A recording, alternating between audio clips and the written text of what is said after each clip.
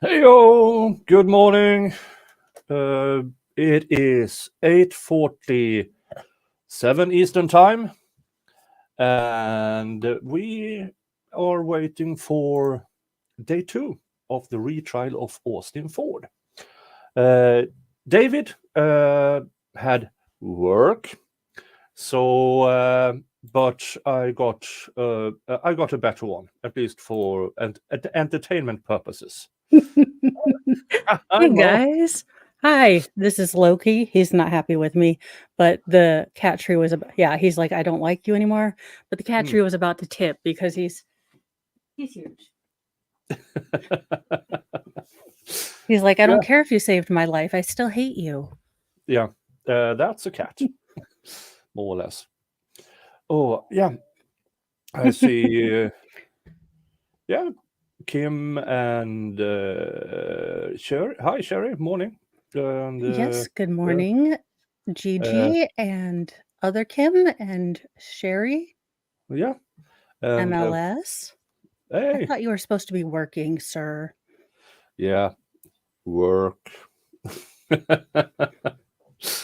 Yeah, yesterday was kind of interesting in the first day of trial, because we watched the first day of trial Monday on the first day, and comparing yesterday, because the prosecution switched it up a bit, especially when it came to the mother's testimony, who was different.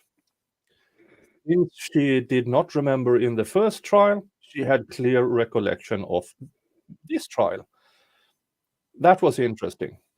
But yeah, that's the dangers with a mistrial, that witnesses can suddenly remember things they weren't supposed to. Yeah, isn't that weird? Did she come off more believable? Because I tried to give her grace for being grieving and being a mother, but as a divorcing from that, she did not come off as believable, especially with it really rubbed me the wrong way how she didn't have accountability with her weapons, like they're just lying about. It really just bothered me a lot. Yeah, I think if I try to be objective, I think she did better yesterday. Here's the because even though we know she changed her testimony a bit, this new jury does not. So that's a bit of a and the number, let's see, the viewers are going up a bit, and I have something to address here. For you who are here more or less every time I stream, there's a friendly banter between 10, 12, 15. I mean, normal stuff, or normal in quotations. And but here's the thing: when you are having friendly banters towards each other, no problem. But remember, there's a lot of new people here, and I see that in my statistics that a bunch of new people are here, and I see this in the statistics in on YouTube that they kind of go away, new people. And I also talked to a few of the mods, and they mentioned that you might want to tune it down just a bit when you see that, oh, there's a lot of new people. I mean, for instance, when me and Mo is on, there will be hilarity ensuing.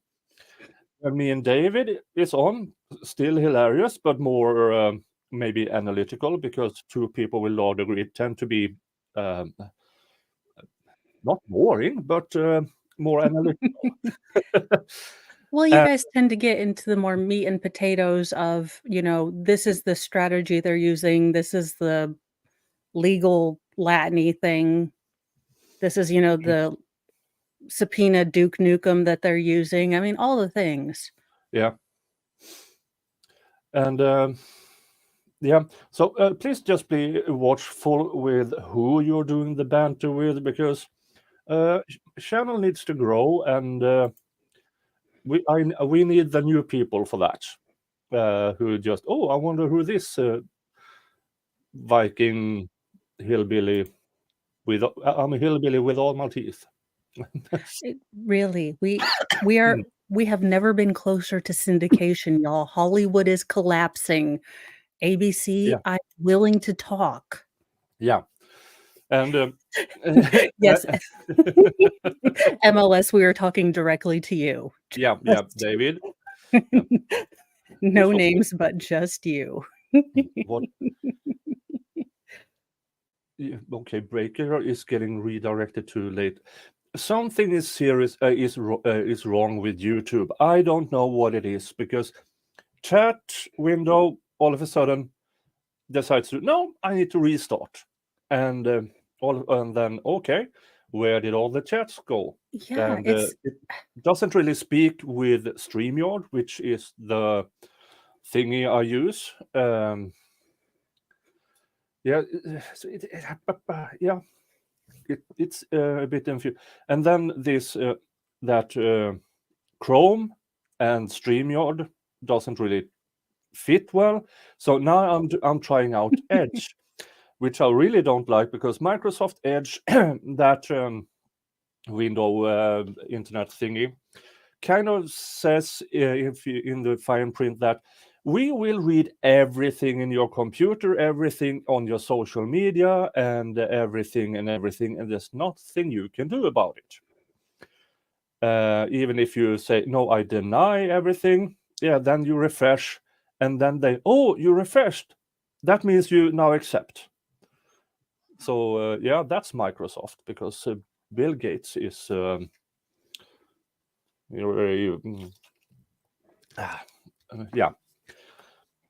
Bill Gates is our handsome overlord, and he does not look like he's 5 months pregnant. No, he is awesome. Yeah. I had a bunch of errands to run today, so I didn't have time to cook lunch. So, not sponsor, but I'm available. I'm available for a sponsorship. Hashtag same. My kid would be so happy. And yeah, do you want a straw for that? These paper thingies. No, I have my own, thank you. I'm getting one of those today just because I saw you have one, and now I need one. Yeah. Yeah. So good morning, everybody. We are waiting for the stream. We are waiting for the stream. It seems like because they should start at 9, and I see here that the broadcast is already up, but Oh, yes. And remember to click live chat or yeah. all messages instead of top messages. Otherwise, you'll be confused that Mm, Nicholas is pulling up stuff you haven't seen. mm. Good morning, Fed. And yeah, so we are waiting for day 2, and it will be interesting to see because day 1 was the heavy hitters, like the mother, the grandmother, medical examiners, body cams, stuff like that. And for me, the most central thing was the mother changing her story, but the jury doesn't know it, and the medical examiner who... My mic is fading in and out, so I don't know why. I really don't know why. Settings or automatically adjust. I thought I took that away because automatically adjust means that, oh, you're talking too loud. Let's draw it down. So maybe this will be better. Where was I? Yeah, the medical examiner who conducted the autopsy, saying out loud, I can't determine if it was self-ending or homicide. Well, did they even determine how far away it was? I kind of read the cliff notes that Court TV had. Yeah, her determination was 10 to 12 inches from the head. Well, okay, I'm not going to use that because YouTube would probably be... So, I mean, technically you could. It would not be comfortable, though. No, but if they were struggling, I mean... Yeah, because his story is after they told him, we know you were there. Okay, yeah. Then he told them, apparently, we today or tomorrow we will hear it anyways. And that she had a gun. She managed to wrestle it away, put it on the ground. She dove for it and blam. But the medical examiner yesterday said something really interesting.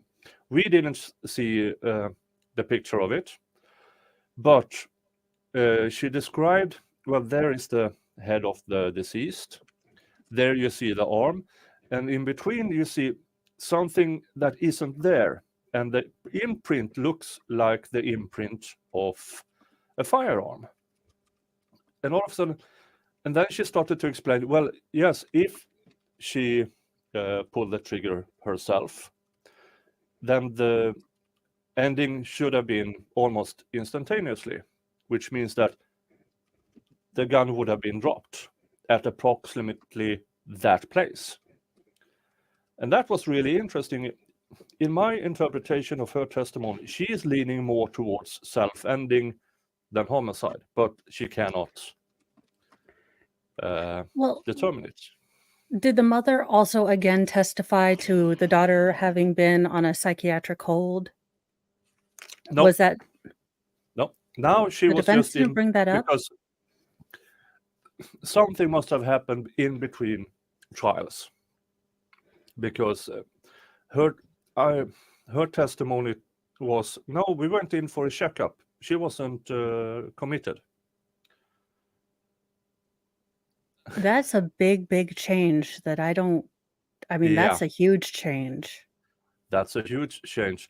And the defense tried to work around it, but me and David, well, did they have a pre-trial motion to not bring stuff up?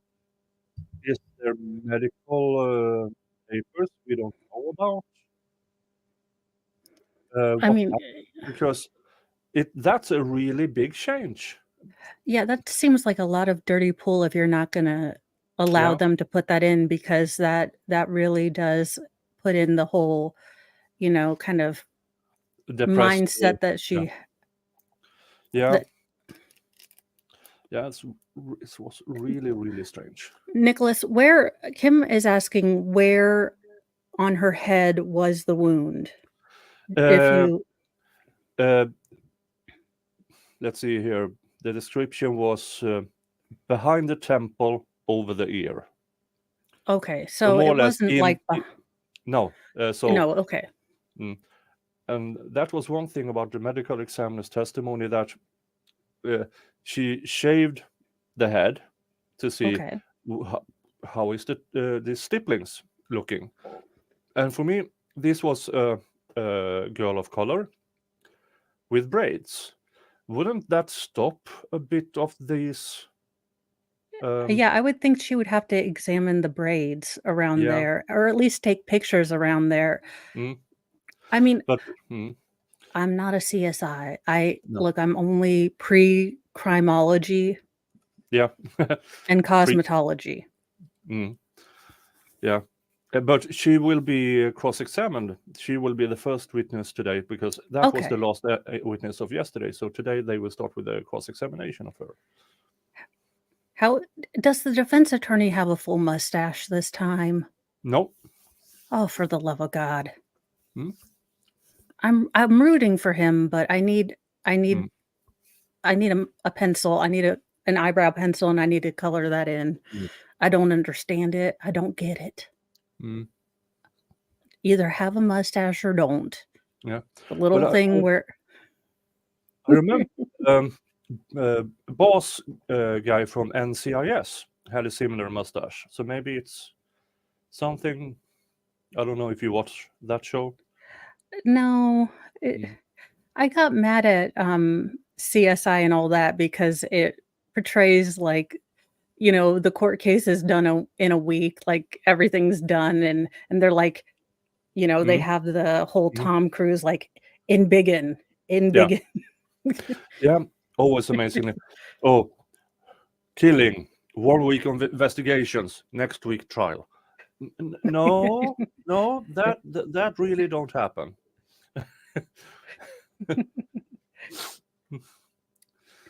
Mm. KFC. Hey, One serving is only 1,400 calories. Problem well, is, there you go. yeah, one serving is like 2 of these popcorn chicken. Yeah, that's the problem. Yeah. Well, you know what? If you get KFC, no one knows the serving. That's where you're like, But this is supposed to be a meal for 2 to 3 people, and that's it. Yeah. Yeah. No. well, that's why you get yourself an air fryer, because you can't microwave that stuff, but you put it in an air fryer, Mm. it tastes good the next day. Mm. And then you justify the purchase of Then an you air can do fryer. a chicken sandwich with the last one. Yeah. It's economical. Salbert, Air fryer for your it's ribs. I don't know. it's too early in the morning for me to help you with that. I'm going to try. Yeah. Salbert, Okay. let me explain it to you this way. My mother also cooks ribs in the air fryer. I slow cook my ribs. First, I smoke my ribs because that's also good. I know my Lord and Savior. Oh. Salbert, but as my brother from another mother, you're fixable.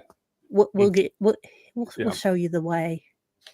For an Arizona guy, he's surprisingly not as much redneck as I thought he was.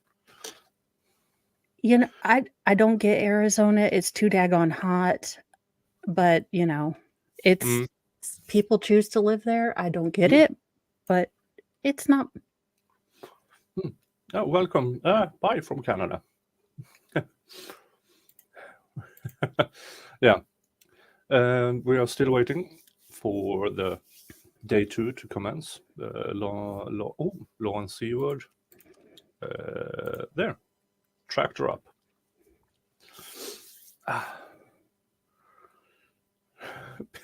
Robin says, be careful.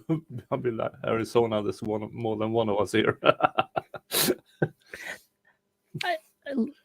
Okay, I will tell you. So if I let Arizona, y'all, there are trash cans melting to your asphalt. I just don't get it.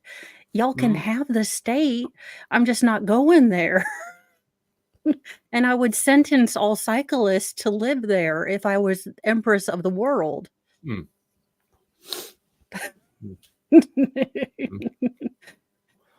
Well, Wolfram, after I smoke them, they fall off the bone and then they fit in the rolling paper just fine.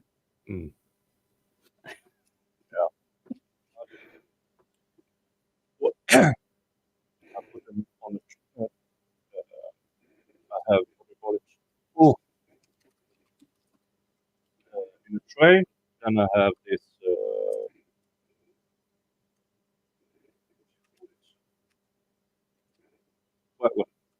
on a tray, then a bit of jus or broth.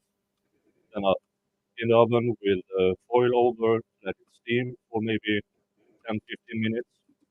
Then I start cooking with about 90 degrees centigrade. That would be 180. No,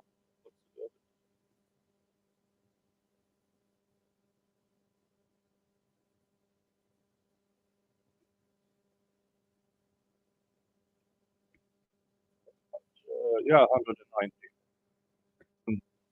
And I keep glazing it, and then I finish off with absolute real good crispy. Why is I don't get it. I recorded stuff earlier today, or or last night in my time, and when I record, stuff isn't wonky, but here it is. But Gigi, is this for everybody in the chat that my microphone is wonky? I'm hearing you a little wonky. That's okay.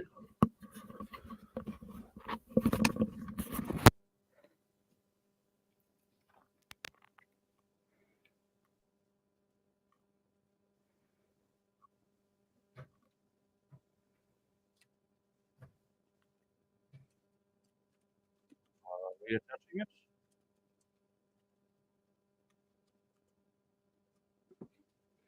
Okay. Yeah. Do you hear me? Yes, I hear you now. Yeah, okay. Better but quiet. Okay. Audio. Bringing it up a bit. There I go. Okay. All right, let's bring out Mr. Ford, please. Oh, we are live.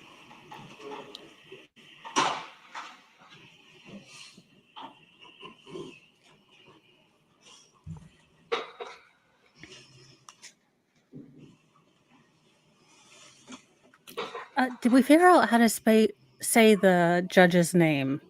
Did anyone? Fluker. Okay, good deal. Because I hesitated to say it. I was like, this judge. Austin Tyree Ford, 23B00981-3. Today is Wednesday, August 9th, 2023.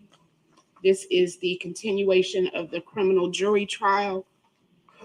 Present on behalf of the state of Georgia are ADA's Norris Lewis and Jennifer Banks Brown. Present for the defense, Mr. Ford is present in court, seated next to his counsel, Lawrence Lewis and Fallon Stimson. Is the state ready? Yes, Your Honor. Defense ready? Yes. All right, let's please bring in the jurors. Yes, Your Honor. And the closed captions. Yeah, I don't know if it's really helpful, but it's there.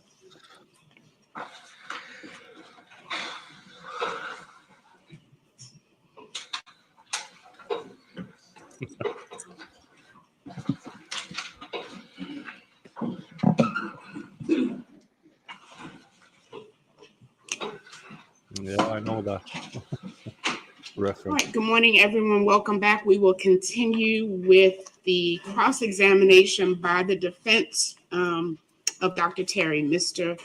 Lawrence Lewis, the witness is with you. She remains under oath. Good morning, Dr. Terry. Good morning. Sorry I didn't get to you yesterday. I know you're busy.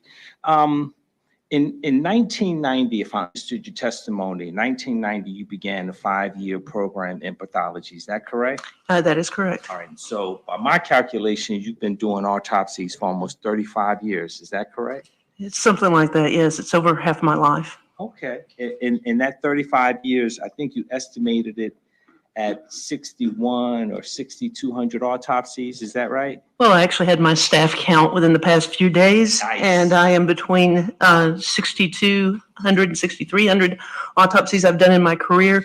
And in terms of total bodies I have examined, I'm just shy of 10,000. 10,000. Wow.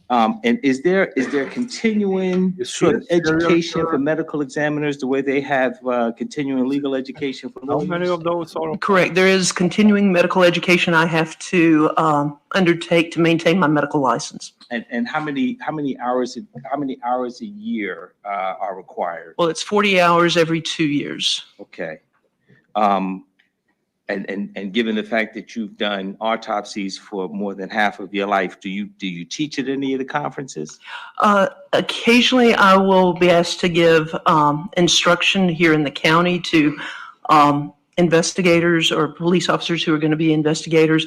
I am post-certified by the Peace Officer Standards and Training Council to teach death investigation here in Georgia, and have been since the mid-90s.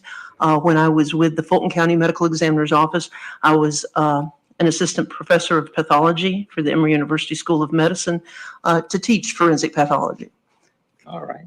And I translate that to mean you train the homicide detectives. Is that fair to say? Yes. Okay. Do you train any other medical examiners in any capacity? Not currently. I'm too busy with my full-time day-to-day activities.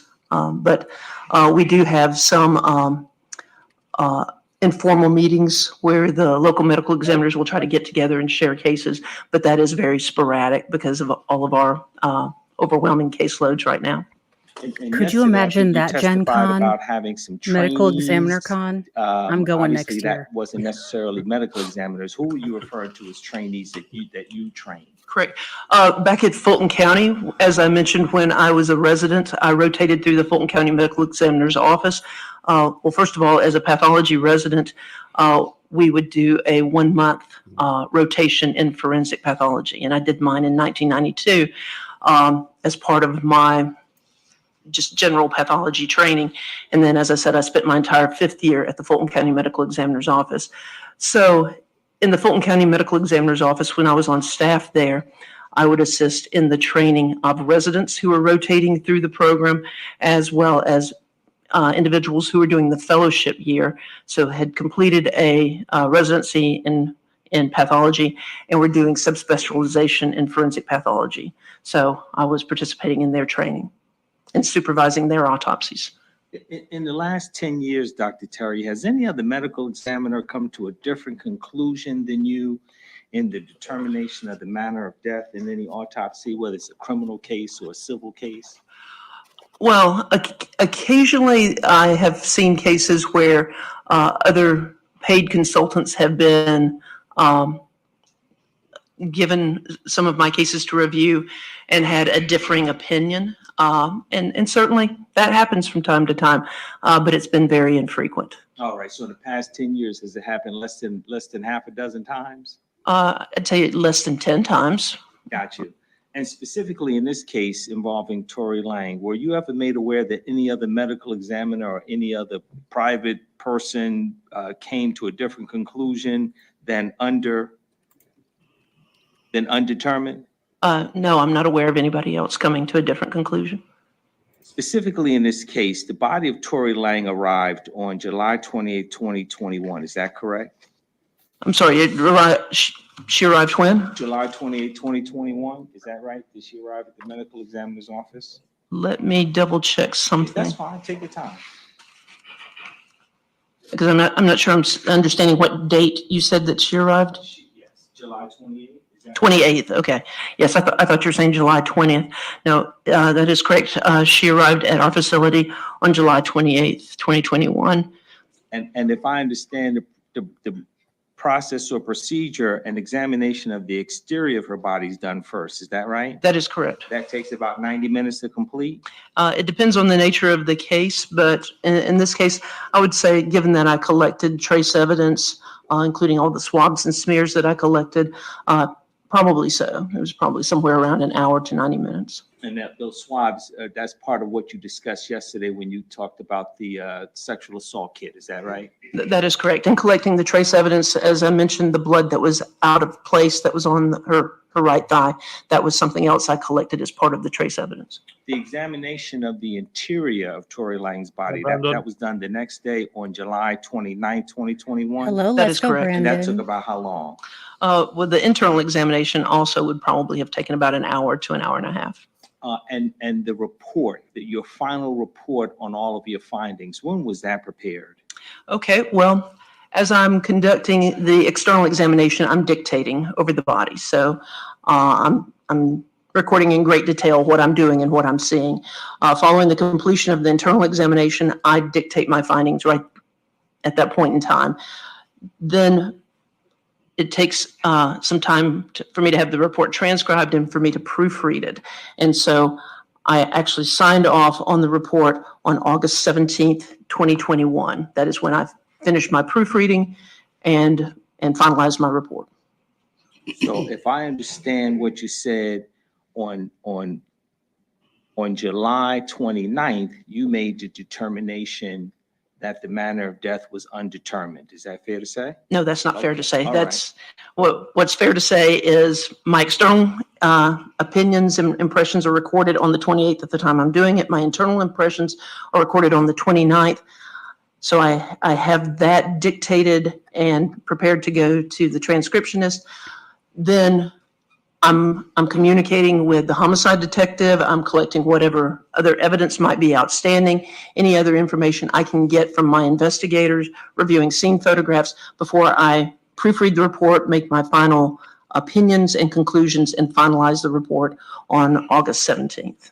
So your final decision in regards to manner of death being undetermined was made closer to August 17th of 2021 when the report was prepared. Is that right? That is correct. And if I understood your testimony, you spoke to the lead detective in the case before preparing that final report. Is that right? That is correct. Detective David Smith and I spoke on multiple occasions regarding this case prior to the completion of my report and prior to my completing the death certificate. And I certified the death certificate on August 18th, 2021. And when that report was prepared, August 17th, the lead detective was David Smith, even though it changed later. Is that right? That is correct. All right. And if I understood your report that I read correctly, you examined some photographs from the scene before you made that final report. Is that right? That is correct. And that's noted in your report on page 11? I will double check that.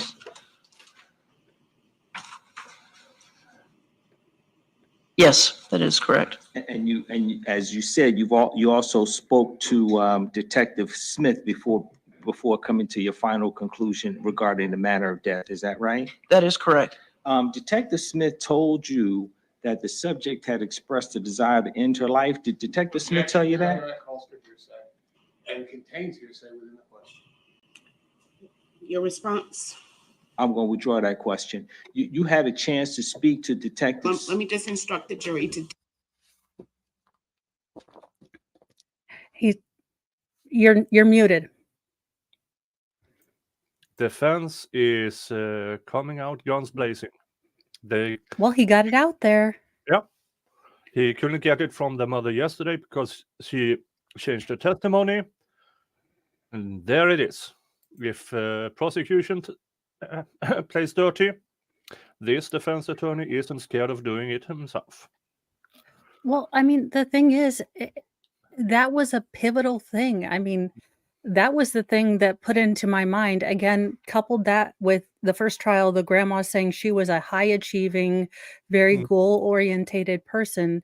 I mean, unless the defense is going to bring in teachers that can attest to the same sort of thing, high achieving, very, maybe she was anxious, she was conscientious, a lot of those things that are, look, I am not a psychologist, but as a teen girl, as a girl, teen mom, things that you look for that can, be personality factors that can lead Yeah. to a girl having kind of, No.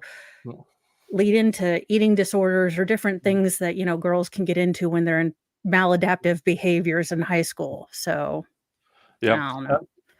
Yeah, and we talked about this yesterday, me, David, and chat, that I'm not surprised that the mother does not want her child this be a self-ending, Well, yeah. because it's easier for a parent, especially with an only child, to explain my kid is gone because of that person. Because if it's self-ending, then the guilt sets in, and the alleged victim self-ended, and the mother never noticed. Yeah. And so I don't blame the mother for changing her testimony because of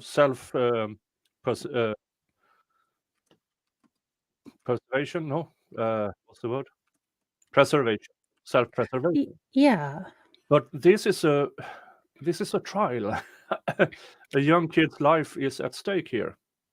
Well, and that's the thing. Did it also come out in the grandmother's testimony that they shared custody? Yeah, that's also now this trial, they said it was because well, of course, grandmother is frail, and I understand that she needs a help, but that you can do without living there, and this living arrangements 50-50.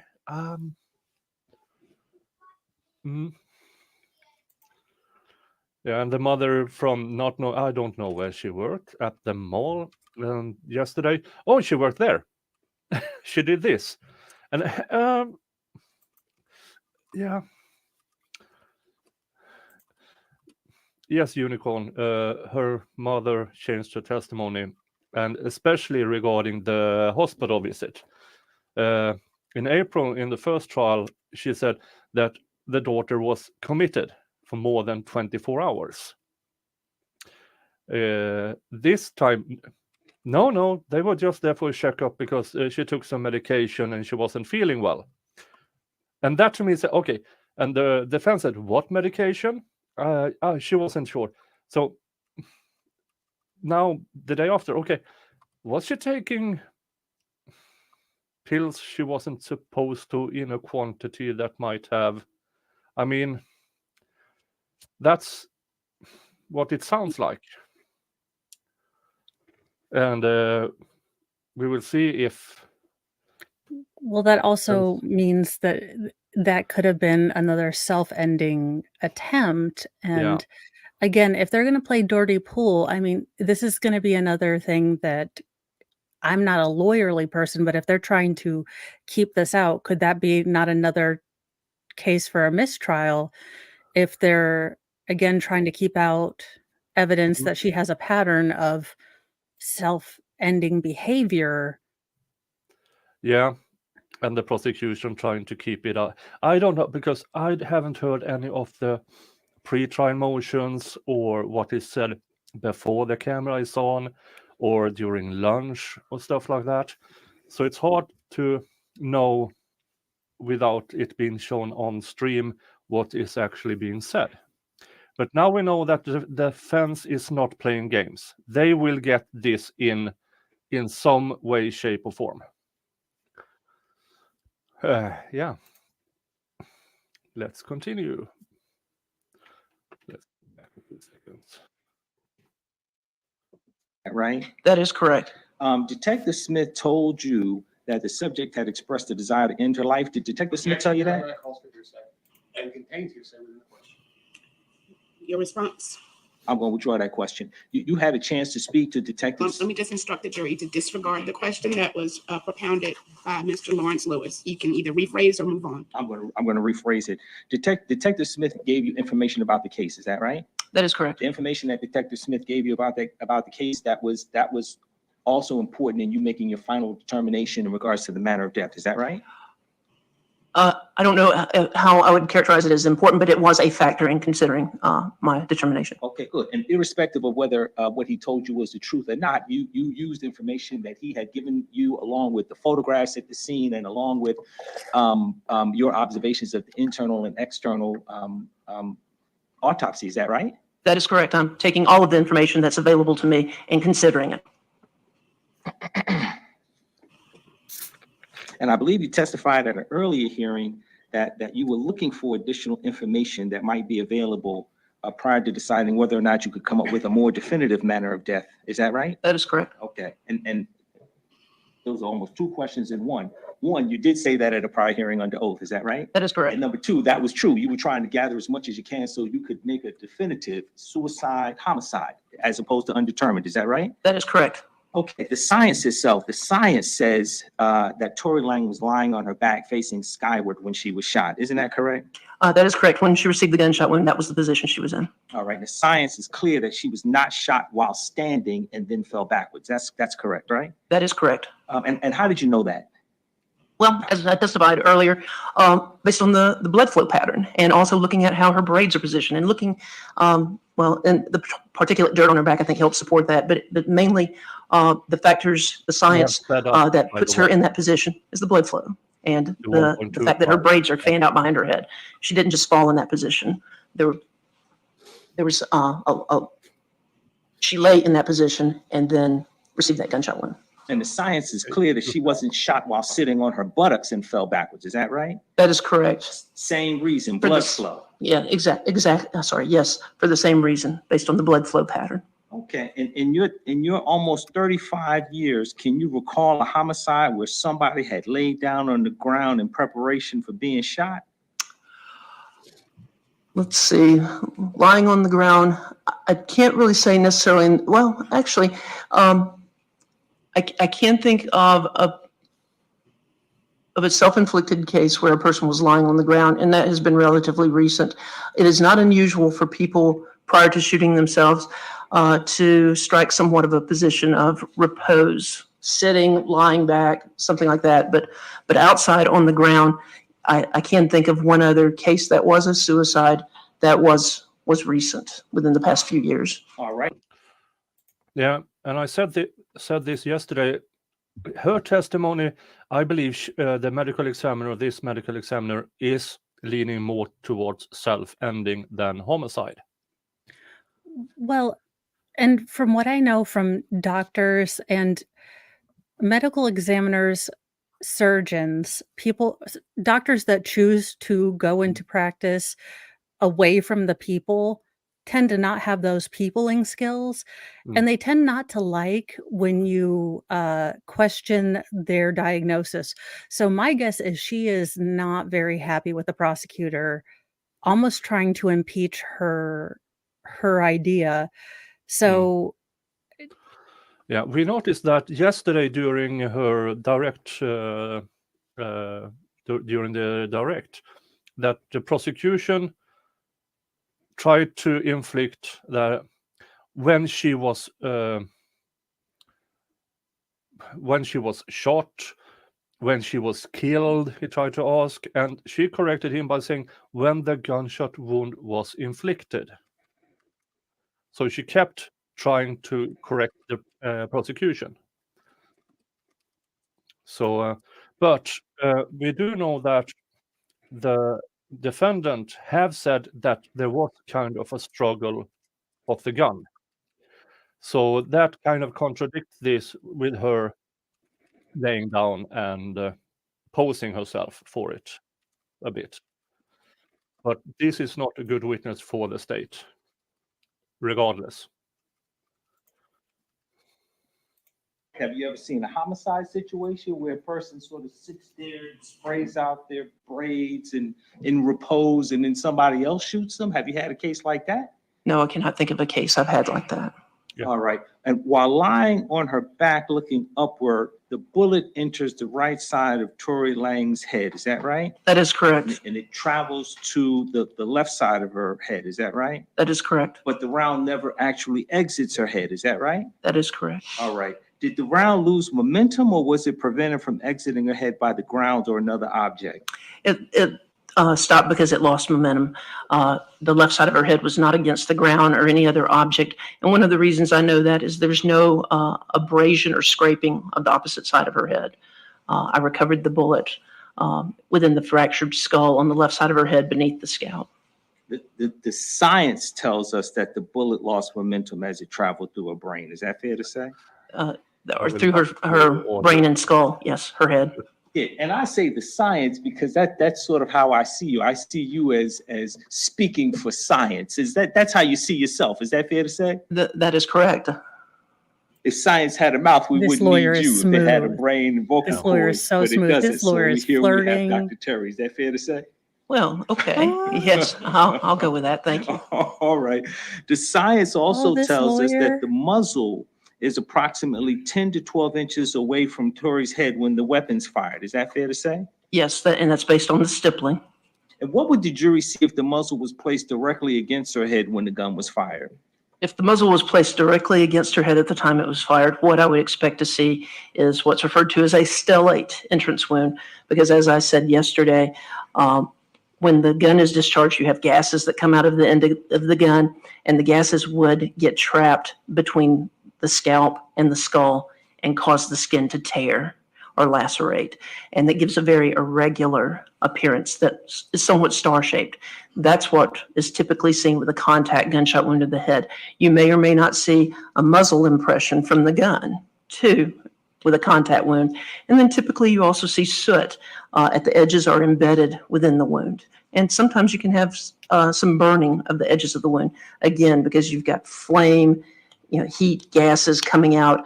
And if the muzzle of the gun is directly against the head, all of these materials are going into the wound path. And if that muzzle was at 3 or 4 inches, what would the jury see in the photographs? Okay. What you would see, you would not have this really star-shaped appearance that you get with a contact wound, but you would expect to see more soot around the edges of the wound. You might see some burning of the wound edges, maybe yes, maybe no, but definitely would see soot, and you would see gunpowder injury that would be more tightly aggregated. Because, imagine taking a gun and firing sand or salt out of it. The closer you get, the more tightly aggregated it's going to be when it hits the skin. The further back, the more dispersed it's going to be. And during your 35 years, you've seen a number of self-inflicted gunshot wounds, have you not? That is correct. And with most self-inflicted gunshot wounds, the muzzle is placed relatively close to the head. Is that fair to say? I would say yes. The vast majority of the time, it's a contact or very close range. But you also are familiar with self-inflicted gunshot wounds that aren't close contact. Is that fair to say? Absolutely. Have you seen someone use his or her thumb to pull a trigger in a self-inflicted gunshot wound? Yeah, yes, I have. And let me just preface that by saying most of the time, I don't know how a person is holding a firearm at the time they discharge it. The only way I know for sure is if it's recorded or I see video. And earlier in my career, there was a case where an individual recorded his suicide and used both of his thumbs to shoot himself and pull the trigger. So I know it occurs, I know it can occur, and I actually have seen it based on video. Have you seen a case where somebody shoots themselves multiple times in the head? Yes. How does that happen? Well, if it's very infrequent, and I have had, I'd say maybe about 5 or 6 such cases over my career. 5 or 6? The way it happens is if the first shot is not incapacitating enough. I think the most I've had is someone who shot himself 3 times in the head. I think in Dr. DeMayo's gunshot wound book, and he was the expert on gunshot wounds. That would be a very hard-headed person. Sorry. Valhalla, yes, they were all deeply related to certain people that do not dress like Kim Jong-un at all. Oh my God. Thank you, Katie. Good morning. I'm still stuck on the 2 thumbs. I mean, I don't want to see the video, but I don't want to see that particular video. I do want to see like the training video of. No, I don't. I'm horrible. Yeah. Yeah, musket or blunderbuss. Yeah, this is a very serious matter, but I'm sorry. yeah, no. So, But people handle it in different ways, and my coping mechanism with this is almost always humor, because I've seen some real gnarly stuff in my career. And for you who are reoccurring viewers, you know I've said this before. I've seen limbs torn off, scalps, people covered in quicklime. I mean, I've seen some really, really bad stuff. And my choices are dark humor, alcohol, therapy. And I try to keep it to dark humor and therapy. And an occasional drunken stupor. Yeah. that's okay. I choose 2 of the 3, and I'm not going to let you guess which ones I choose. Why not all of them? No. Oh, yeah. Well, I don't want to. Mm. Poor therapists. Mm. Look, there's a lot of crazy, and I don't want to burden them. Yeah. Okay, so just so you know what you're in for, and there will be banter in the chat, but don't be discouraged. And if you feel that, okay, that's enough, say something, and perhaps we will see it and tone it down. Yes. Yeah. And remember, not all people appreciate being bantered too. Yes. So keep the banter between people you know are in for it. Yeah. just saying. Okay, let's continue. I think he said he had a case where someone shot themselves 7 times in the head. So if you don't get a good shot, for example, the man I recall who shot himself 3 times in the head, first held the gun away from his head, pulled the trigger, and just grazed the back of his head. Then moved a little closer and wound up shooting himself in the face. And that was a close range wound. And then put the gun against his head and shot himself in the temple. The very first one I ever had was many years ago when I worked in Fulton County.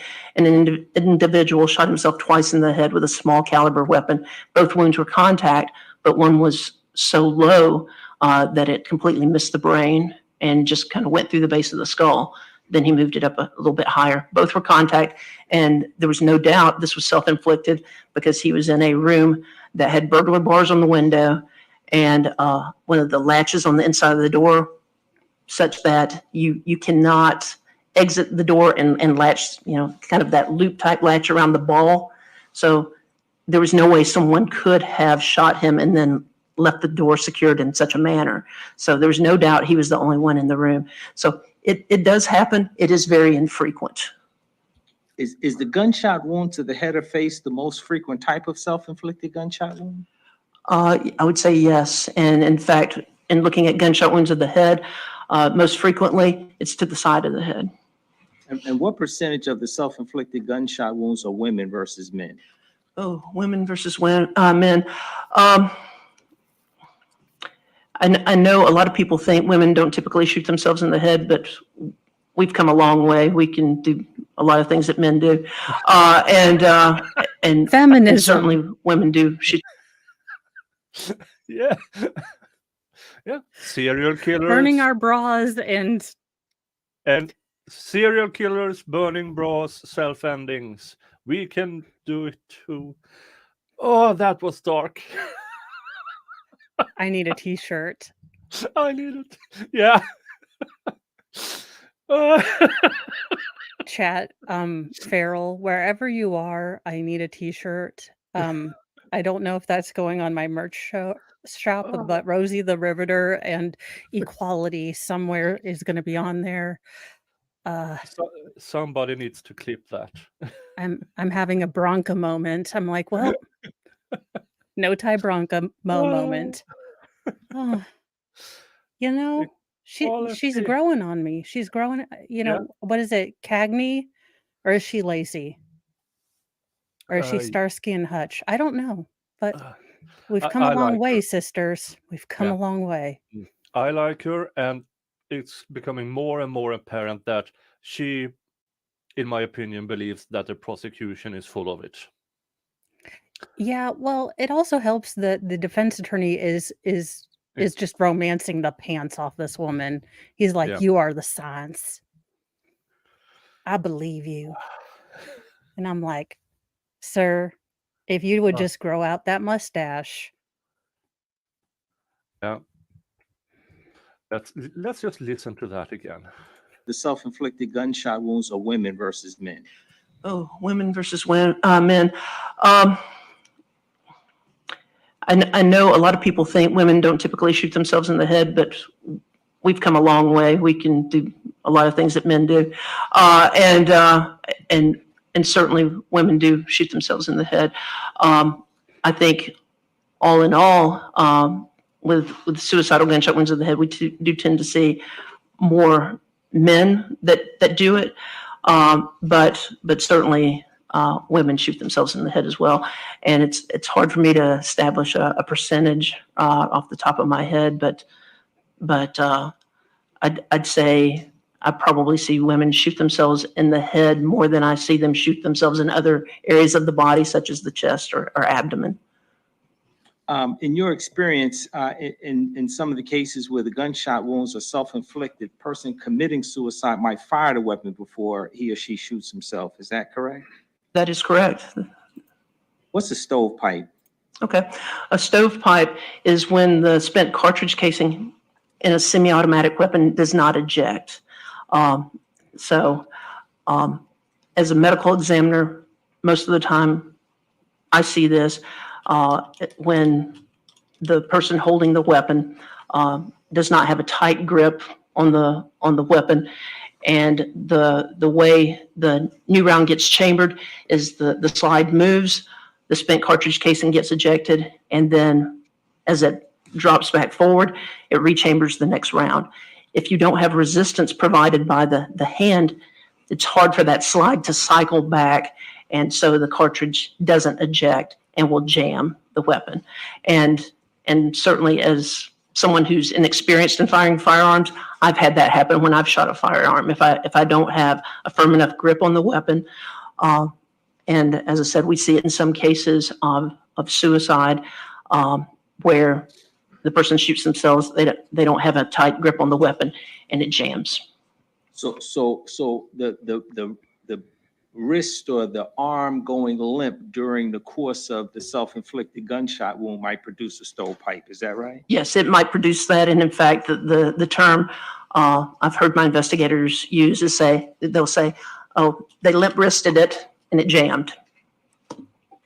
In the case of Tory Lang, would you have expected her hand to have a firm grip on the firearm after the type of brain injury that you saw? No.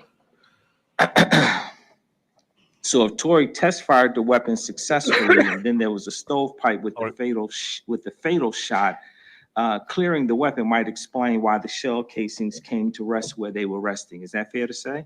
That is correct. If someone clears a jam, that could explain a spent cartridge casing being some distance from the body. And it's fair to say, as you said, I believe in your report, that you're looking at the scene and where the shell casings are, where the body is positioned, when you're trying to make your determination on the manner of death. Is that fair to say? I think it's fair to say I'm looking at all the information that's available to me. All right. Is it also possible the gun was test fired twice, accounting for the distance of the shell casings, and then a stovepiping occurred after the self-inflicted gunshot wound? That is certainly possible. In your almost 35 years experience, have you seen or studied a suicide where someone has shot himself or herself at a distance of 10 to 12 inches before? I have seen a study case where an individual was shot in the center of the head, or it was self-inflicted, and it had very dispersed stippling, like we see in this case here. Within the past, I'd say 5 to 8 years, I did have a case where someone shot themselves at somewhat of a distance, but it was in the side of the face. Again, very dispersed stippling. That also was self-inflicted. It was not as well placed of a shot as we have in this case. August? Oh, and I'm sorry. Sure. And you're asking about, the 10 to 12 inch range. Again, there are other circumstances I've had where, like mentioning the man who shot himself 3 times in the head. That first shot just had stippling around it, but it was a grazing injury of the back of his head. And that was likely of a similar range, but that shot was not the fatal shot. There were then 2 subsequent shots. I got you. Report completed August 17, 2021. You determined manner of death undetermined, correct? That is correct. When you and the state prosecutor texted on Monday or Tuesday of this week, it was still your expert opinion that the manner of death was undetermined. Isn't that right? That is correct. Prior to your testimony yesterday afternoon, when was the last time you emailed with the state prosecutor? Monday night. Monday night. Is it? Monday night, Tuesday morning. Tuesday morning. Yesterday morning. I'm going to show you what's going to be marked D1, Dr. Terry, an email.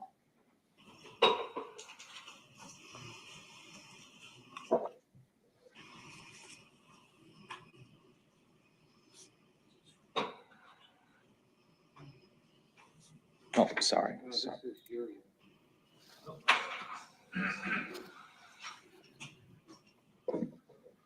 Hey, we are 3 digits who are watching. Yay! Woohoo!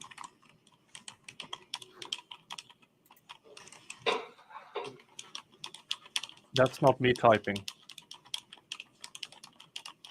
And I'm not actually typing at all either. I'm going to show you what's been marked D1. Just take a look at it and read it to yourself.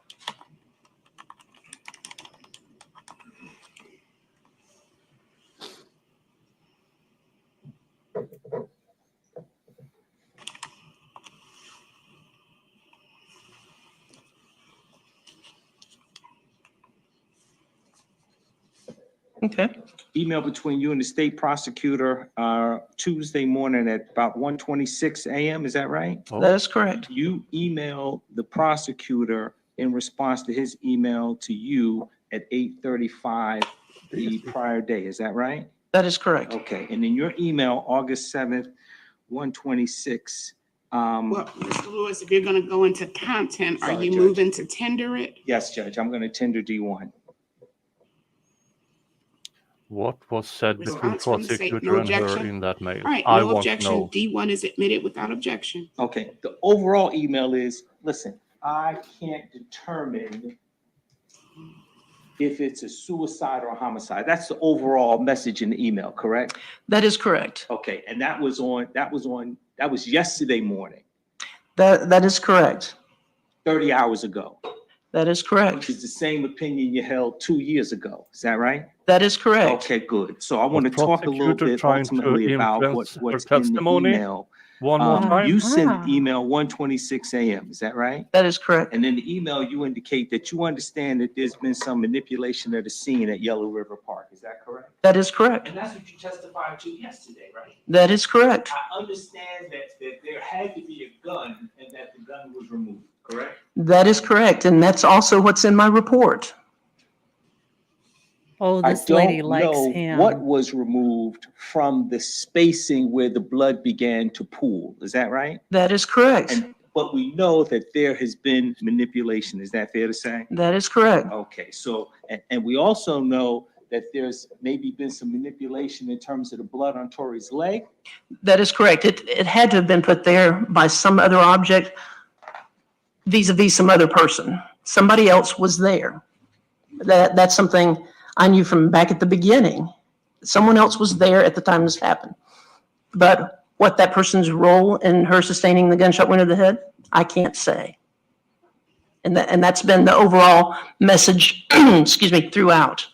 All right, and I'd like you to read that first line of your email at 1:26 a.m. Okay. I wrote, I understand there has been scene manipulation, hence not being able to exclude the involvement of another, and the quote, undetermined, unquote, ruling for manner. That is the single biggest reason why I can't exclude homicide as a potential manner of death. Okay, I want to explore that last line. That is the single biggest reason why I cannot exclude homicide as a potential manner of death. Was that written in frustration at 1:26 a.m.? I'm gonna ask that question first. Yes, I did. I think it is, Judge. Would it not be relevant as to her reasoning or thoughts really- for writing that? And she's She's on really cross-examination. happy being able to say Only this. that she wrote it is relevant to the jury. There is an explanation, but Oh, it's characterizing really the happy. situation is irrelevant Oh, to the jury. this medical There's a examiner reason is she like, wrote I it. am ready to She's spill right. all the That's tea. how I have had it with Yeah. the state's But attorney. there has been no Please indication. let me explain some things. Yeah. She can obviously say no, Judge. Leading questions are You won't. permitted on cross-examination. The objection is overruled. You may repeat your question for Dr. Terry. The second line, that is the single biggest reason why I cannot exclude homicide as a potential manner of death. You wrote that line to the prosecutor, is that right? That is correct. Was that written in frustration at 1:26 a.m.? Yes, it was. Okay, as I read it, it implies that you are leaning towards suicide but cannot exclude homicide because the scene was manipulated. Am I reading that right? Yes, you are. Okay. I'm asking about, obviously, you Yeah. may have inferred it. I'm asking ultimately about frustration because later in that same email you wrote to the prosecutor, the examples you cite don't seem reasonable or consistent with the evidence. Did you write that in the email at 1:26 a.m.? Yes, I did. Okay. She shared this with the defense. And- It wasn't through Yes, the sorry. prosecution. May I offer an explanation as to why the email was sent at 1:26? Did she CC the defense you in on can. this? Okay. I mean, other than the fact that you're working at I'm gonna slide into 1:26 your a.m. DM. Well, yes. Also, yesterday morning, I had to be in court in Macon. And so Monday night, I had to travel from here to Macon. I got to Macon at about 12:30, and that's when I had a chance to check my email from earlier in the evening. And so that's why my response was at that point in time. So it's not that I was, just sitting at home, gears churning and didn't have anything better to do at 1:26. I had been traveling, and that was my chance to.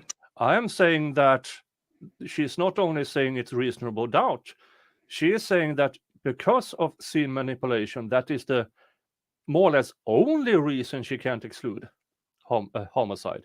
She believes by 95% maybe that this was self-ending. And my interpretation is that she believes this should never have gone to trial.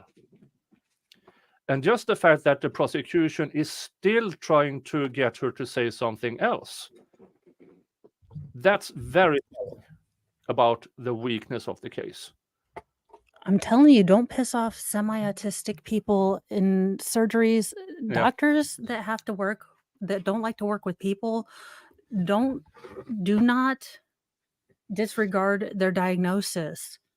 They do not like it. They will hold a grudge, and when they get a chance, they will BTFO you. And as Indigo said, she done took off her wig. She has taken off her earrings, and it's about to be a rumble in here. And poor Uncle Phil is sweating bullets up in here.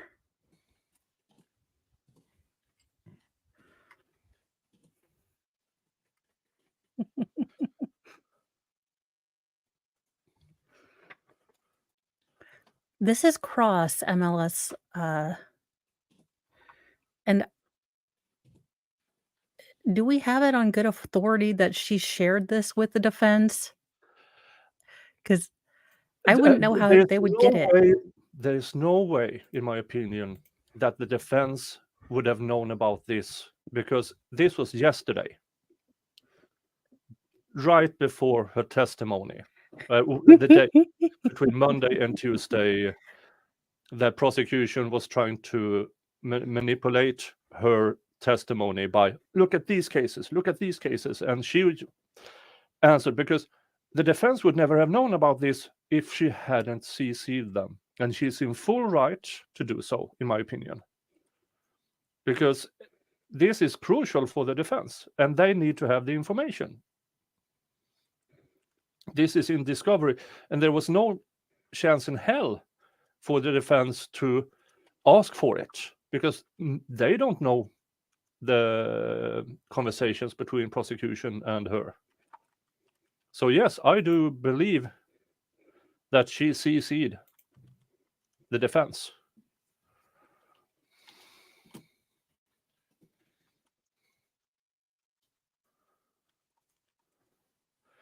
This is interesting. We are getting a bit far. To check. How many hours do you typically work a week, Dr. Terry? I don't know about per week, but I probably work about 16-hour days, 16 Okay, or more. 16-hour days, 6 days a week? Yeah, 16 pretty hours. much. Yeah, I have, over the past couple of years, have tried to take more weekends off, but most of the time it is spent working. Okay, and this last weekend, were you successful in taking Saturday and Sunday off, or was it just one day? Your objection, relevance? Goes to work ethic, goes to explain ultimately what's in the email, goes to explain the frustration with other people not listening after you work a 16-hour day.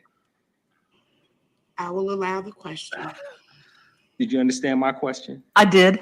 I did not go into the office to work a standard day, but I did do paperwork at home, and I think it was Sunday night, not Sunday, Saturday night after going to a baseball game, I did go to the office to print out some reports, and I spent about 4 hours there. So even when I try to take time off, a lot of times I don't. And that was good for that week, this past weekend. That was good for you. That was, I mean, Okay. again, I didn't go in and actually do cases, but I was working on trying to get reports out.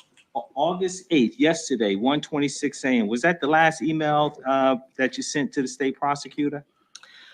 I do believe it was. Yeah.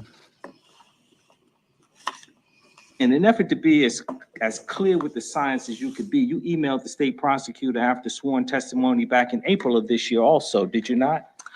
That is correct. I'm going to show you what's going to be marked. Oh, there's more. Oh, dear Lord. They should have just used Snapchat. I think don't those delete after time? They should have used WhatsApp and then encrypted or something. I don't know. Oh, Lord.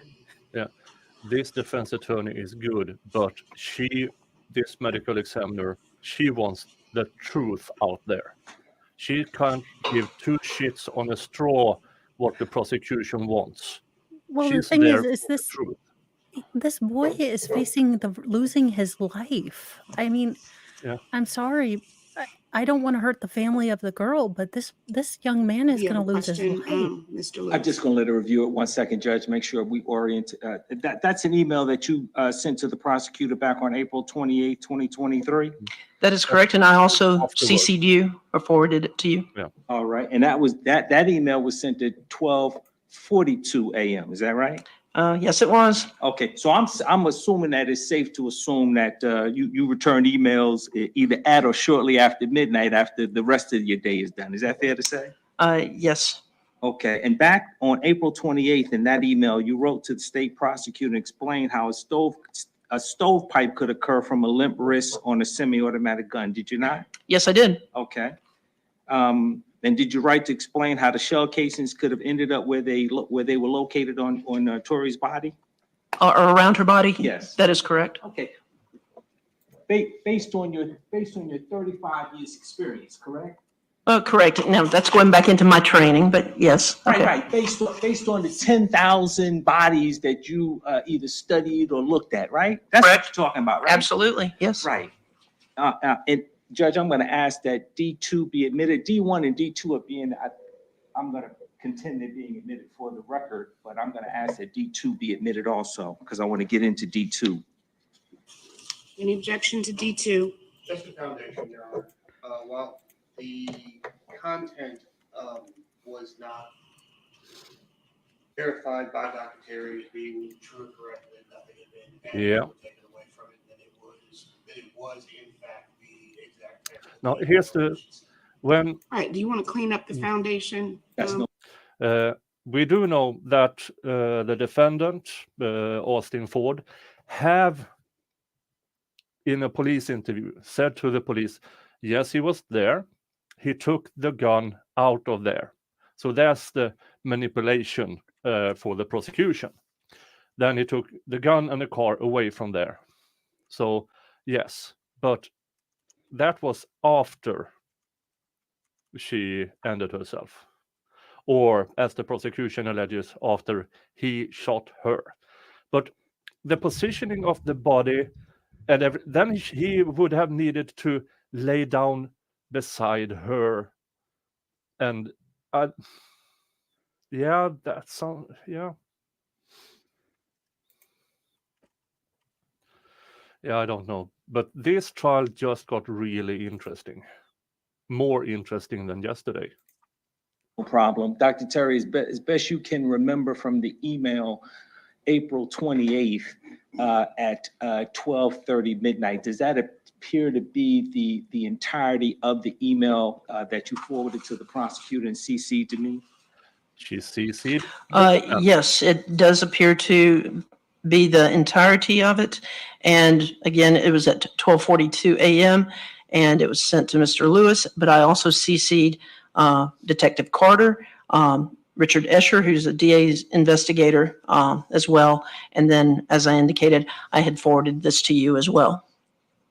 Right. So when you say the first Mr. Lewis, you mean Norris Lewis? Yes, I'm sorry, yes. That's fine. We got you. And in that email, April 28th, you wrote, in this case. Let me just confirm that there's no further objection. So with the additional questions posed to Dr. Terry, any further objection from the state to D1 and D2 being admitted for record purposes only? No, Your Honor. All right, then they are both admitted without objection, both for record purposes. Thank you, Judge. And you wrote in that email, in this case, this was after your sworn testimony, correct? That is correct. In this case, the Tory Lang case, given the physical evidence, either scenario is a plausible possibility. That's what you wrote in the email, did you not? That is correct. That is what I wrote. Okay, when we say either scenario is a plausible possibility, you're talking about one, Tory Lang could have killed herself, suicide, correct? Correct. Or two, she could have laid down and was shot by another person who laid the gun 10 to 12 inches from her head. Is that right? That is correct. Either one is possible. Is that right? That is correct. And I use the word plausible, but yes. Plausible possibility that Right. either one could have happened. Right. I'm not wanting to play word games, but I'm, just to use the phrasing that I used there, I did use the word plausible. Either one exists as a possibility. Not saying either one of these is impossible. Speaking for science, is that right? Exactly. Because at the time when, after giving my sworn testimony, it dawned on me that there was emphasis, again, as I said, on what was there and what, not thinking about what possibly was not there. And up until that point in time, I was not aware that anyone had considered the possibility of a stovepipe in this semi-automatic weapon. And with a lot of emphasis being placed on where the spent cartridge casings were and making it sound like, therefore, it would be an impossibility for her to shoot herself, there was something that had not been considered. And I really thought both sides needed to be aware of this, because again, it's easy to see what's there. It's harder to see what's not there and why it might not be there. And your goal is always to make sure we get to the truth. Is that fair to say? Absolutely. No further questions, Judge. Right, redirect examination by the state. No, Uncle Phil, just Dr. sit down. Terry, the email Don't string dig yourself in. that council referred to, that happened in Monday night, who initiated that email string? I believe I did. And that was, That's right. I do know I did, because you had come and met with me. Let me look at something right quick. You had met with me on the 3rd, and in the course of that meeting had asked me about if there were any other pictures that needed to be shown during my testimony. And this past weekend, as I was contemplating going out to the scene at the time when this incident occurred, to kind of see how dark it was at the scene, I was speaking to a coworker about this, and we pulled up a picture, and that's when I noticed, or that's when the void in the coagulated blood was noticed at that point in time. And that's why I contacted Mr. Lewis to say, Mr. Norris Lewis, to say this photograph needs to be shown as part of my testimony. Again, this is on the heels of a meeting that we had on August 3rd, and then my looking at the case over the weekend and seeing that. Are you referring to August 3rd of this year? Of this year, yes. All right, thank you. and when you asked for that specific photograph to be used, did you provide an explanation as to why the void was important, or in what manner the void was important? Well, initially I just said that the void's important, and then you responded back asking exactly why, and then I responded with more of an explanation. And was there then a response to your explanation? Yes, there was. And were questions asked? Yes, there were. And the email that the other Mr. Lewis is referring to is the email in response to the questions that were asked in response to your email asking why. That is exactly it. Dr. Terry, how many times have we met in preparation for this case? In preparation for this case, let's see, let me refer here. Oh, she really takes notes. We have met twice in my office. Twice in your office. Correct. And we actually met out in the hallway once while you were here on another case, and we talked about this case. That is correct. We did. And during those meetings, whether they are planned or by chance, do I ask you questions? Yes. Do you do your best to answer those questions within your training? Yes, I do. And understanding that lawyers are not doctors and do not know everything, is it common for an attorney, be it an attorney for the state or be it a defense attorney, to ask you questions that frustrate you? Yes. Is that limited to me in this case? No, it's not. Oh, The you want photograph to call out the entire police department. that you asked Everyone me to just ticks you include has off. been written Okay, to State's sounds Exhibit good. And the 13. prosecution is opening Correct. the door. That is correct. for recross. And what you were commenting on was a void in the coagulated blood. That is correct. Is what you can testify to is that there is a void in the coagulated blood. That is correct. Can you testify as to, with certainty, as to what object that may or may not have been? I can't say with certainty. I have suspicion, but I can't say with certainty. And so all you can do is report what your suspicions are. That is correct. Even if you were correct about what the object was and the way it was positioned in the void in the coagulated blood, Could you testify about how it came to rest there? Not with certainty. Could you testify as to whose hand it was in before it came to rest Prosecutor, there? it's your job. Again, not with remove certainty, doubt. but I Shouldn't think the in prosecutor thinking know these about answers? how such, Not it's his job to remove doubt that it can't be self-ending. You're Yeah, not supposed to oh, there's doubt, not the other way around. Couldn't it be that it wasn't self-ending? No, prosecution, your job is to remove all reasonable doubt, not Yeah, add a little bit of doubt to self-ending. yeah.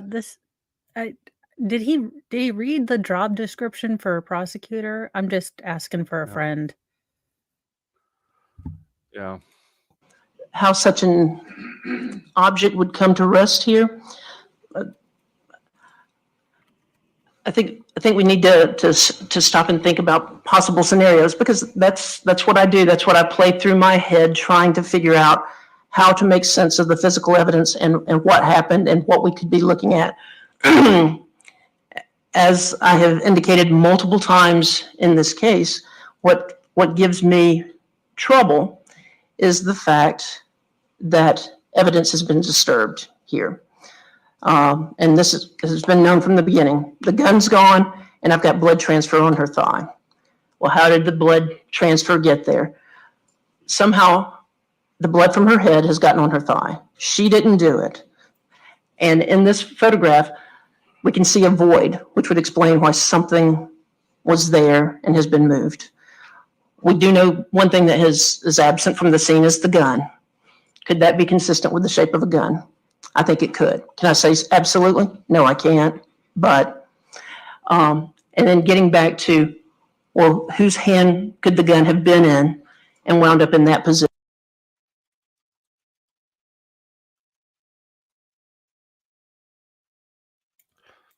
If he held the gun, then there would be nothing to remove. Yes, am I correct? Yeah, and if he was in shock and the weapon laid there for a bit, that would explain the void. Yeah.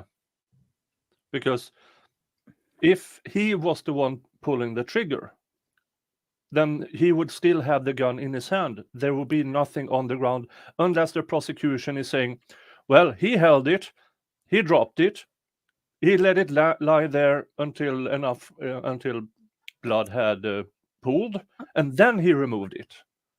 Well, unless Is it that was his probable? knee, because I mean, you're not standing up if she's laying down. That Yeah. would be uncomfortable. And is it unreasonable, I mean, for him to hold on to her head or something? No, you didn't. And then as he stood up, he pushed against her thigh or something. I mean, why is this a trial? Well, it seems to me, if you're talking about a gunshot wound that's being inflicted from about 10 to 12 inches away, and someone else is holding it, there would be no reason for it to drop in blood near her head. If she's got it in her hand, there'd be a reason why it might drop and fall and come to rest there. So these are things that I'm considering as I contemplate what could have occurred. Again, could someone else have shot her and someone else have been holding the gun? Sure. But if that void is due to a gun, I have no good reason why someone would drop it that close to her head and get blood on it. Because if you're holding the gun, why would you drop it there? If she's holding it, it's possible she could drop it and it could land there and get blood on it. Those are two possibilities that we've considered, that she's holding the gun, somebody else is holding the gun. Another possibility is she and another person could both be holding the gun. Another possibility, somebody else could be holding the gun and propping up on her arm and shooting. So there are a lot of things that I'm considering, a lot of scenarios, and whatever scenario we're considering has got to match the physical evidence. And these are the issues that I'm I'm grappling with and have grappled with as the medical examiner handling this case, and the reason I've called it undetermined. I guess one thing you said in that answer Mhm. was, why would someone put their hand to the gun in the blood and get blood on them?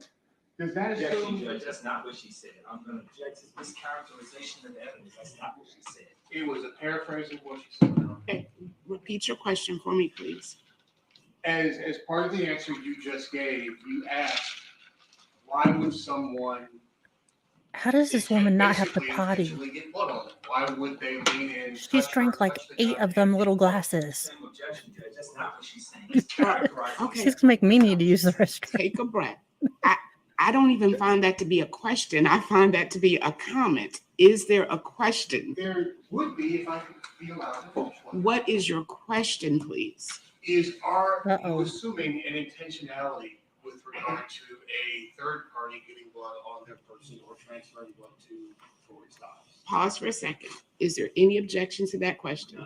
All right, let's proceed. No, I'm not assuming an intentionality. What I am assuming is if someone else is holding the gun, why would that person then drop the gun in close proximity to her, thereby having blood get on the gun?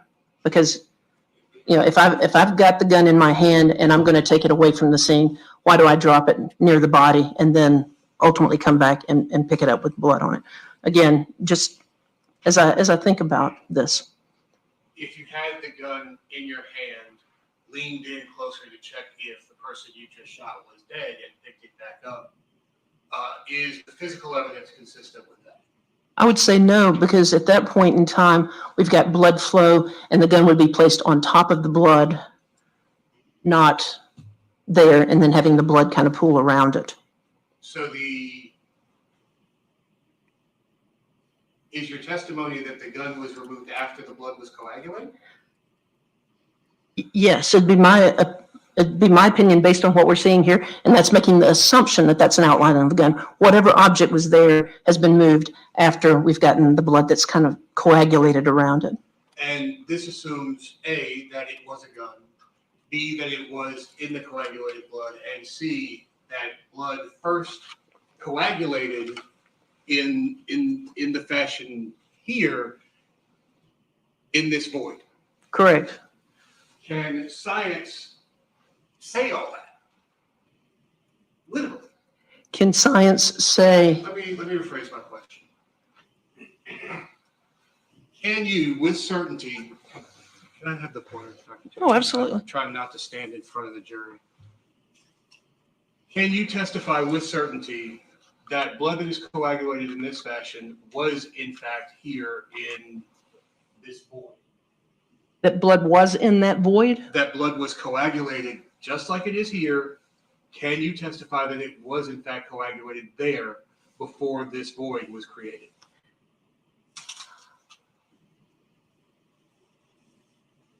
I can testify that there was something there in that void. How much blood was coagulated or on top of what was there, I can't say, and whether it was coagulated, but there's something that has interrupted that coagulated blood that we see between those two areas.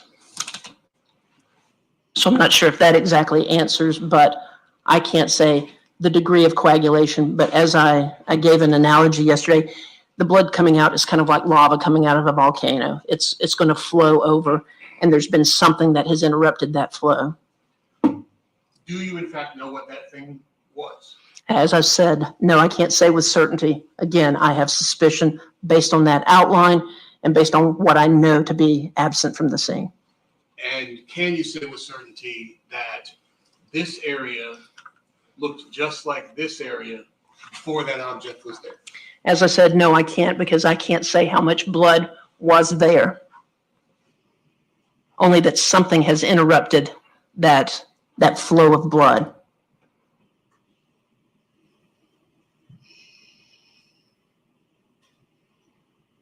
The defendant's lawyer asked you about whether or not you had seen suicides at a medium range of 10 to 12 inches.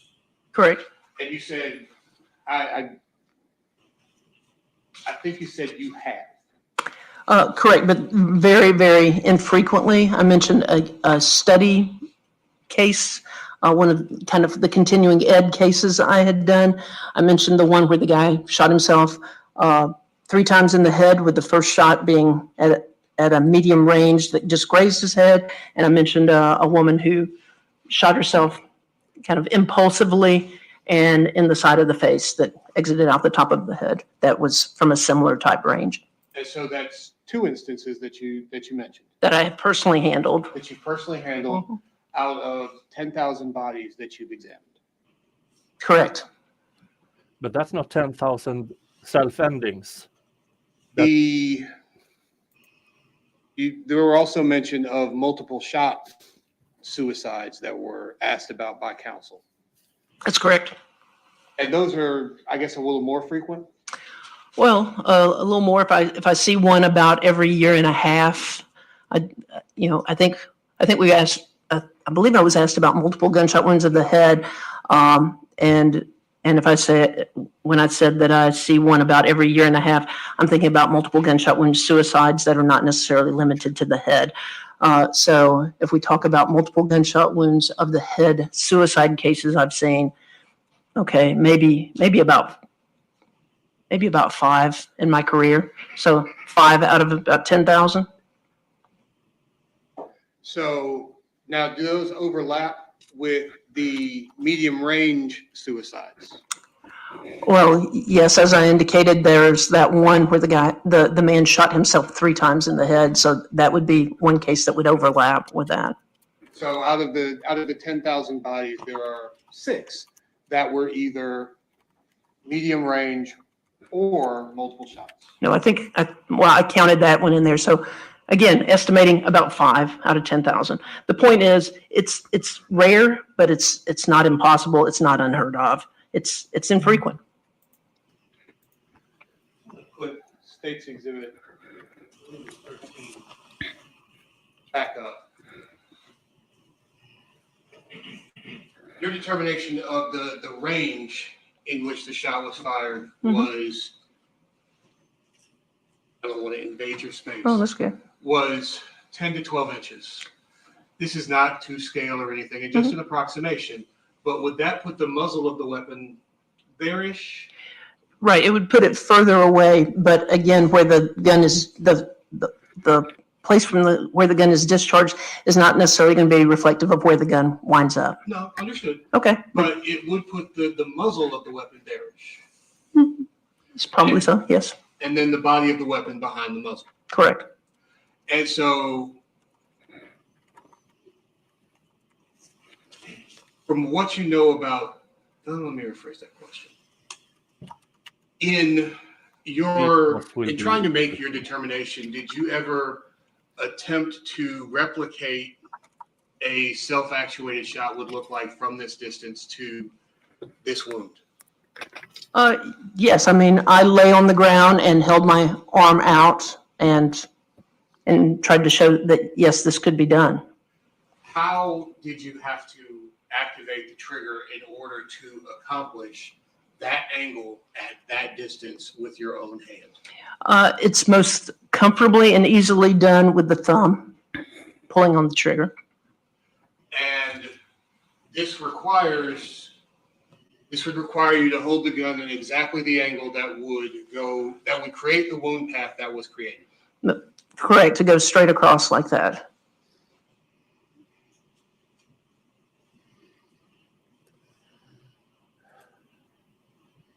Was your arm shaking when you did it? My arm was not shaking, and if you want me to demonstrate, I'd be happy to. Not necessary, doctor. Oh, yes. No. Floor exercise. Typically, We need a demonstration. I guess, let me ask you this. I mean, how hard does he think it is? It's not, I mean, it's not terribly, it's not comfortable, but if you're bound and determined to do it, it's not. Are you able to say Way too excited. with certainty that the firearm was in Tori's hand? No, they I can't say do- with certainty they- that it was they in her didn't do hand. gunshot That's again residue? part of why I have difficulty here. I've got manipulation of the scene. I can't say if she's holding the weapon. It's certainly possible. I can't say if someone else is holding the weapon. Again, possible. If she and a person are holding the firearm together, again, possible. I can't say, hence my calling this undetermined.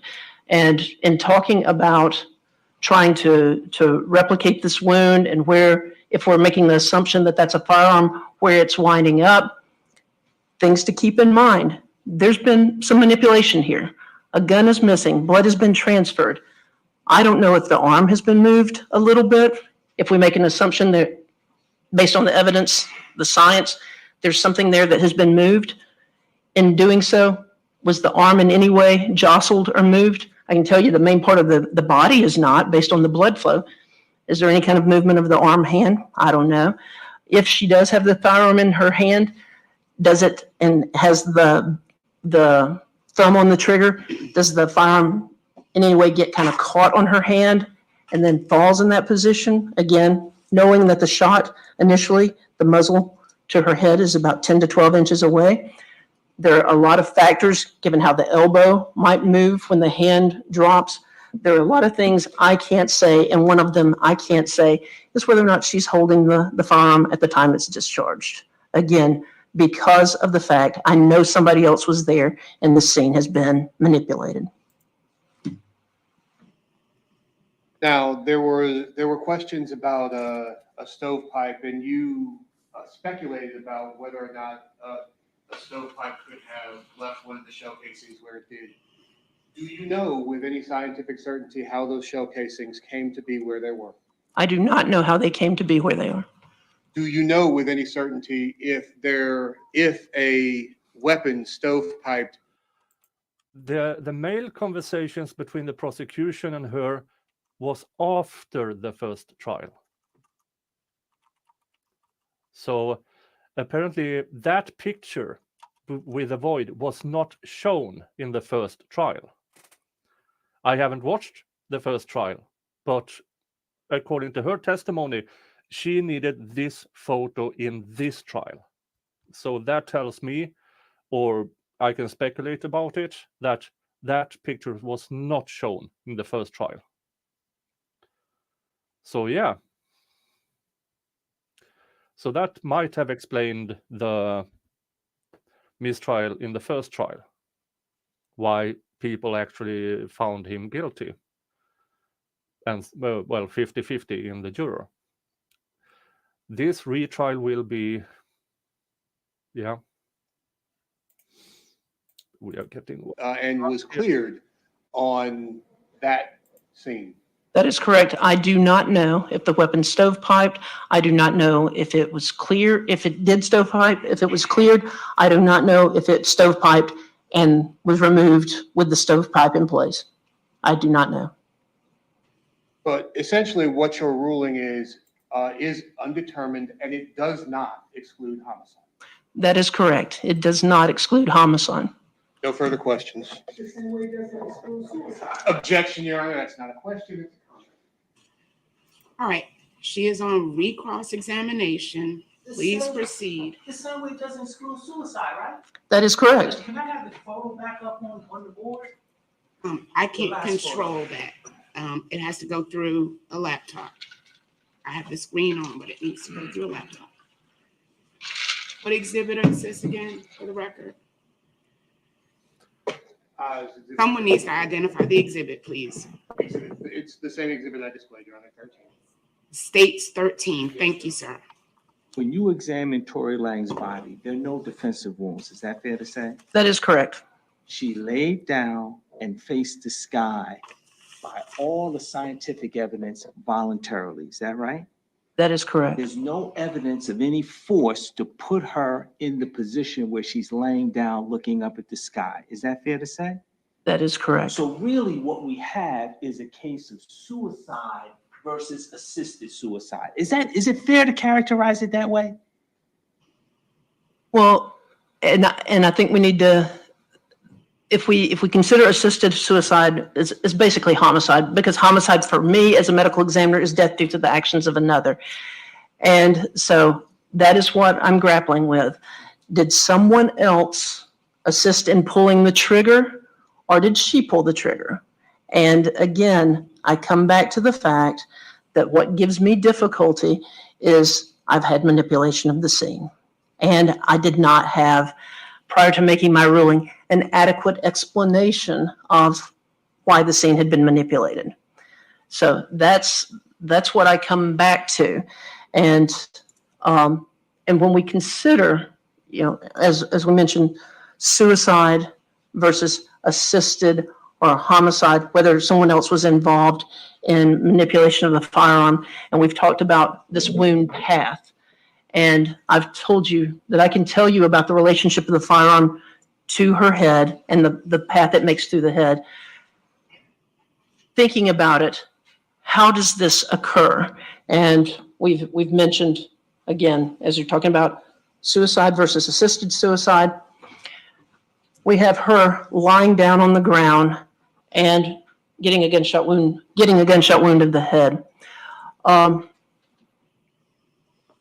If I'm going to lie down on the ground and have someone shoot me, why would I put my arms up next to my head? It seems like, given where that wound is, that makes that shot difficult. Someone might shoot my arm instead of my head.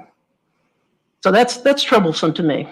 And looking at this wound path through her head, again, relationship of the firearm to her head. If I'm lying on the ground 10 to 12 inches away and trying to have that shot, I can do it with my hand, with my thumb on the trigger. If I have someone else do that, how has that person got to be positioned? I know how the gun's got to be positioned. That seems like it would be very difficult. Oh, you motherfucker. Okay, I like this, Emmy. We're making DeadCon a thing, and we're buying her a bourbon of her choice and a stogie of her choice. In my head canon, she drinks both bourbon and she has a Cuban cigar while she's answering her emails. I mean, I changed to Edge and it still happens that it buffers even though it shouldn't buffer. So this is something with StreamYard versus YouTube.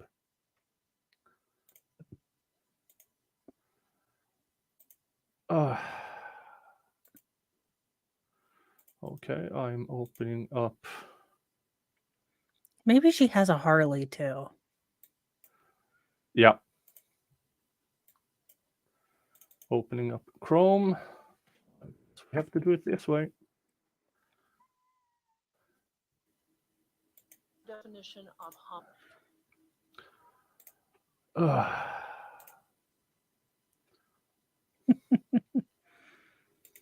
This is so much fun. So Or an antique Ford Model T. I'm just saying. But we're buying her one and we're sitting and we're listening to her, talk about all the stuff. Okay,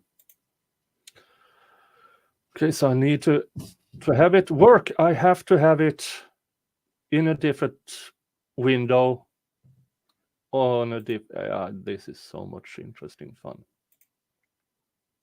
homicide is death due to the actions of another. Suicide are intentional actions that bring about someone's own death. That's what I'm grappling with here. Yesterday, I was asked about, did I consider accident? For me, if someone points a firearm at themselves or another person and it discharges and kills them, that's not an accident. It's death due to the actions of another, or it's self-inflicted. Rarely do I rule firearm-related deaths as being accidental. Occasionally they are, but in general, firearms are designed for one thing only. If a firearm is discharged, someone dies, it's usually due to the actions of another or intentionally self-inflicted. Which means I can't mute myself, because if I do, I mute the stream as well. Fun times. Put it there. Is that how it would face? You show me. You show me. I have YouTube Premium. Okay. Now, at this point, So this is between YouTube and StreamYard. It has to be. First of all, the muzzle's not facing Tori's head. Is that right? That's correct, but again, we've got a firearm dropping, who knows how it's going to land. I got you. Okay. If Tori was holding, Okay, yes. right? So, if we just turn the gun slightly so that it is facing her head, is that barrel there 10 inches away from her head? No, Okay, what's that barrel distance? Would you estimate that barrel distance from her head? that looks, knowing that the wound is down from the top of the head about 4 to 5 inches. Let me look at my report, although this is not a very good angle to look at that from. Let's see.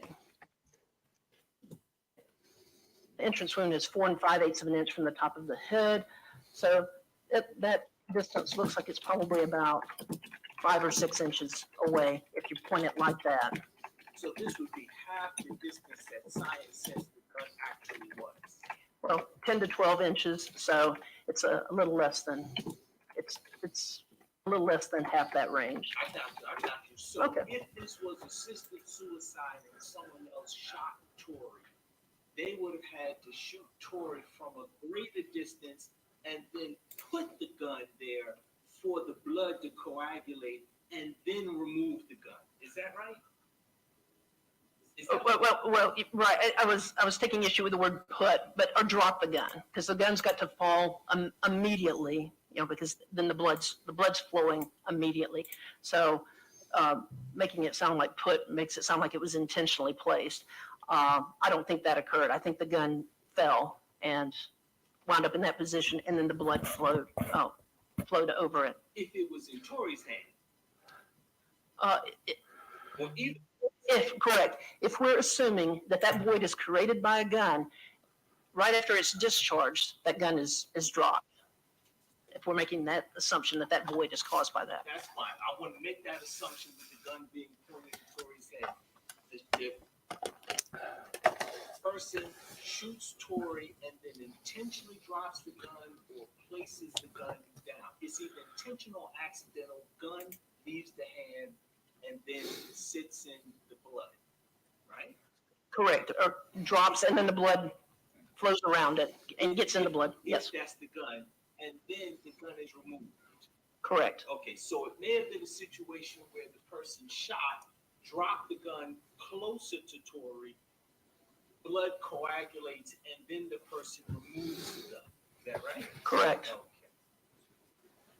But that would require that the person either lay down on their stomach or side and line up the shot in order to shoot Tori in the head at that distance, correct? Cool.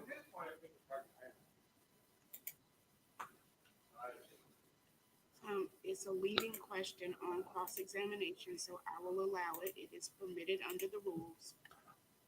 That is a possibility also. Someone could lean way over and may I demonstrate? Sure, absolutely. Oh, Demonstration. yeah. Yes. Oh, God, please let it be just as ridiculous as that one guy from New Mexico. Oh, dear Jesus. Judge didn't like the laughter. Oh, God.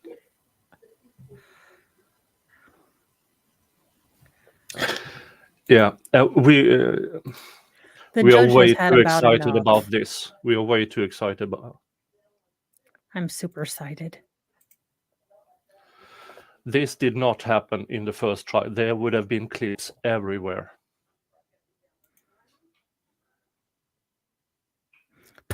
God, they're both on the floor. Court TV's like, I don't know. Some producers yelling at the she's just lining him up all in her sights.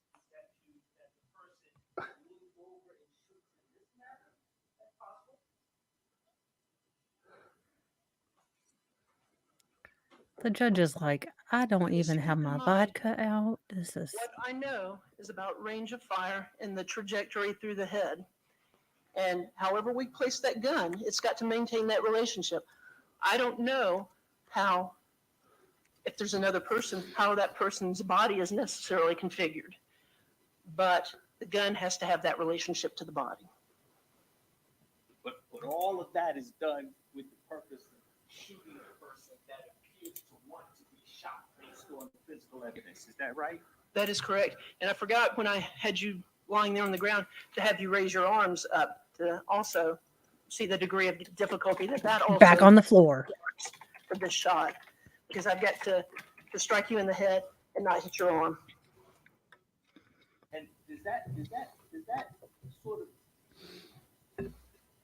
that fact, does that cause you to really? At Peace Pony, you missed it. They did a live reenactment of how Yes. she would Um, have to You, lay you and need to go back half an hour because this is amazing. Like, he's met. Yes, I'm done. Thank you very much. The prosecutor talks about a by chance meeting, seeing you just sort of in the hall. Mm-hmm. Is that right? You met with him twice at your office. Correct. And then you're here at the courthouse on another homicide. Well, it wasn't another homicide. I was summoned here for a hearing that didn't involve a death and was left sitting outside for several hours on something I never testified on. So I was here at the request of the DA's office, and Oh, honored Mr. Norris Lewis as well as you on that same day. oh Lord, she was already done pissed off. About the case? No, you came up to me and started talking about my vacation that was Okay. upcoming. Okay. And vacation. Oh, he already done flirted with her, What I want to understand is you're and the DA done jerked her around. I mean, she was called to the courthouse in a matter she wasn't really needed for. And the DA, oh, are you here? What a coincidence. Let's talk about me trying to get you to testify to something you don't want. Is my interpretation, speculation, whatever. Yeah, and flirty attorney's like, so how was your vacation, dish girl? And State is like, so you know that case that you really don't want to talk about? Good Lord, this woman's never. I've already peed twice. This woman Yeah, is well, part camel. What the hell? well, she's must be, truck drivers and beers and stuff, Mountain Dew in gallon. She has a bladder to have that because she's having fun. Well, I know, but so defense attorney had this in the bag. Defense attorney wasn't sweating anything because he knew Emmy and him had already talked about like her vacation in, okay, I'm going to say the Grand Canyon. Hi, Chris. I'm new to this case. Is it not possible that she could have been shot in a car or standing up and land on the ground? No, according to the medical examiner, the girl, Tori, lay down. There's no evidence of force or anything. Lay down on her back. There's no drag marks. There's no nothing. No force. And a gunshot wound was inflicted to the side of her head. They have now demonstrated how that could have been possible with her with 10 to 12 inches from the head, how she could have inflicted this on herself or assisted with it. And then dropping the gun immediately after, which speaks against somebody else did it, because the death was instantaneous when the bullet entered the brain and tumbled around a bit. So, yeah, I can't. The only reason, according to the medical examiner, she doesn't rule out homicide is that the gun was removed from the scene. That's the only thing that rules that. That's the reason she can't rule out homicide. On another matter, prosecutors just sort of see you in the hall and going that you're not here to testify about? Yes, I mean, talk to me about, to let me know that this case was going to be coming up. Okay, they're not asking you any details, dude, are they? Not Oh, really. I mean, again, we were talking about this case. oh, okay, so they're not asking you detailed questions. In other words, you don't have to walk with like 100 homicides in your head when you come here, so that prosecutors can just sort of pick your brain. You don't have to do that, do you? No, I don't, but Oh. some of them I do have some pretty good recall about. Thank you very much, Dr. Terry. No further questions. Thank you very much. Right, any re-recalls? Dr. Terry, was the blood on Tori's thighs already coagulated when it was deposited? No, it looked like it was liquid blood because there is some dripping or rundown that comes off of it. So however that blood got on Tori's left and right thigh, it was in a liquid state when it was deposited. It was in a liquid state. Again, going back to the analogy of lava, the blood's going to flow out and flow over whatever object was there that's been moved. That object gets moved, and the blood that has pooled there is going to coagulate. I guess to clarify, it doesn't necessarily mean that the blood was coagulated at the time that the object was moved. But there's been interruption of the blood flow there, and then whatever has left that void has been moved. The blood that is in those areas then coagulates. And just so we're clear, whatever caused that void, inserting a particular object into it, its positioning and how it came to be there, is that speculation because there is no object that is known.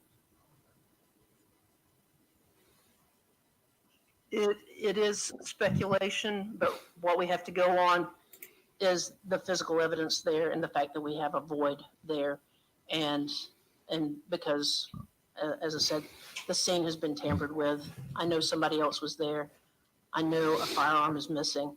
So it is speculation because there's so many things that have been altered that I don't know about. No further questions. Right, Dr. Terry, thank you. You may step down. You are excused. Thank you. Right, does anyone on the jury need a recess? Yes, we'll take our mid-morning recess. Let us be Morning in recess. So 10:40. That okay. Pads and pens, please. Then we are all of a sudden only 6 minutes behind. Woohoo! Now I will speed it up a bit to 1.25, and maybe we can catch up before lunch. The lunch, I will redirect you to afternoon's stream, and so we can all. That's an interesting dress in court. Yeah, 1980s. I'm torn with her look because if I were her stylist, I hate her look. Yeah. If it makes her feel confident, I love her look. If it makes her feel confident, if I were styling her, I hate her look. But yeah, okay. So we might have maybe an hour and a half to lunch, and then I will redirect you to afternoon's stream that is already prepared. So that would make maybe half an hour, 45 minutes, an hour for all of us to go pee and take a quick bite, process what we just heard. Yesterday was a few cops. We saw some body cam evidence, or body cam, the mother and the grandmother, and the previous witness direct examination.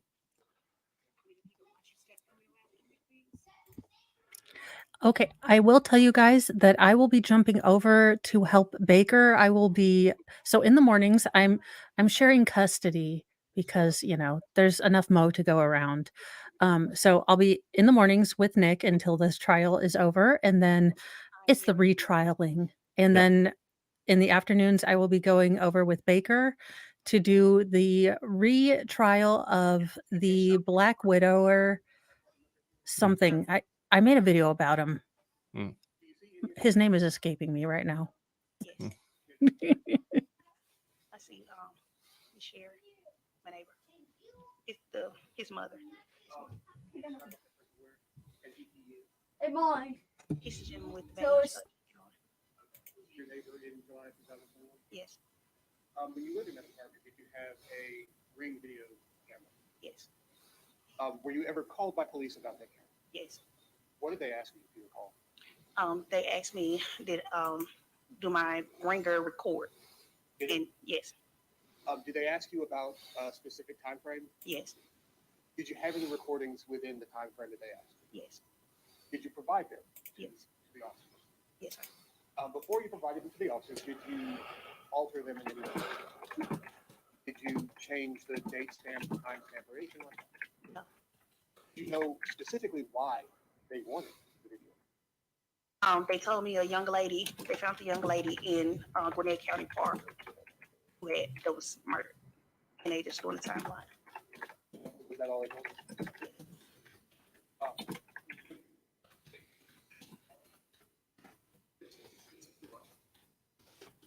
That's up. Yes. Yes, How do you know you've seen this USB? I just looked at it. Did you initial Yes, the label on that? yes, And that's because you've seen the contents. yes, Does it contain the ring camera videos that you provided to yes, sir. William Murder? Four. Your Honor, the state is going to tender stakes 61 and the videos thereon at 61A, B, C, and D. Sure. Good morning. Downloaded for the police, they had a investigation, they had a time, is that right? Yes, sir. Do you know if that time is accurate, an hour ahead, an hour behind, do you know? They were on time. Thank you very much. No further questions, no objection. All right, then 61, A, B, C, and D are admitted without objection. Your Honor, I do intend to publish, and there is sound. There is sound. Yes, sir. All right, let me give a limiting instruction.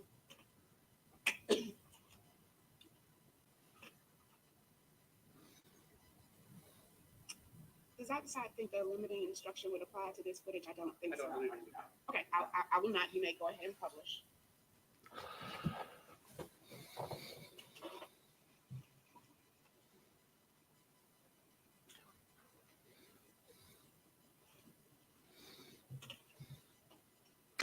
Well, this doorbell camera will more or less just be showing I'm sorry, is this him leaving the house and then returning to the house. Yes.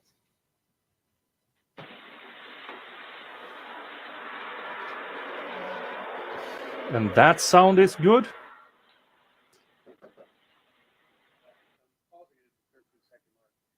Is the door that the figure in the video is knocking on, does that door belong to the defendant?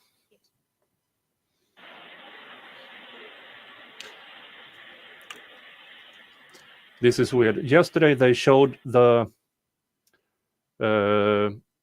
body camera walking up to the dead girl, but they won't show him.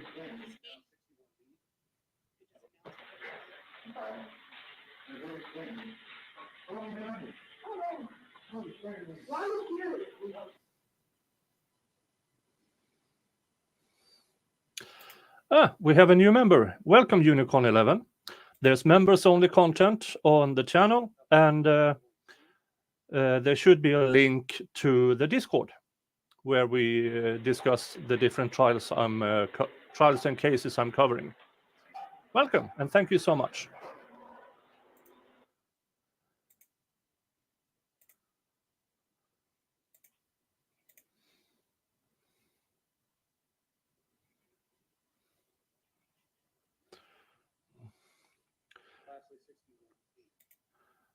We are currently having over 130 viewers. Please hit that like button, and so more people find this stream.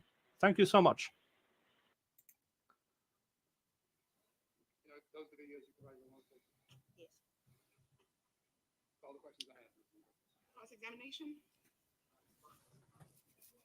Good morning.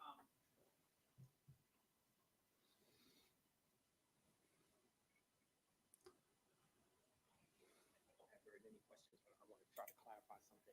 When the police first came to you, did they indicate to you that they were doing a homicide investigation, or did they tell you that somebody had been murdered? Do you recall? They was doing a homicide investigation. Okay, and I understand sometimes the public sort of mashes those two Right, things right. together. They hadn't determined that everybody had been murdered. No. They were homicide Yes, investigators. yes. They was homicide investigators. Redirect? All right, Ms. Boone-Perkins, watch your step coming down, and you are excused. Okay, that was doorbell Call your next witness, please. camera.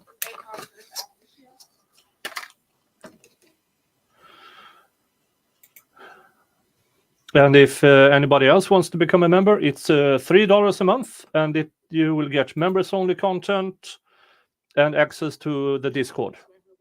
And I'm really trying to get Nick to get a members only jacket.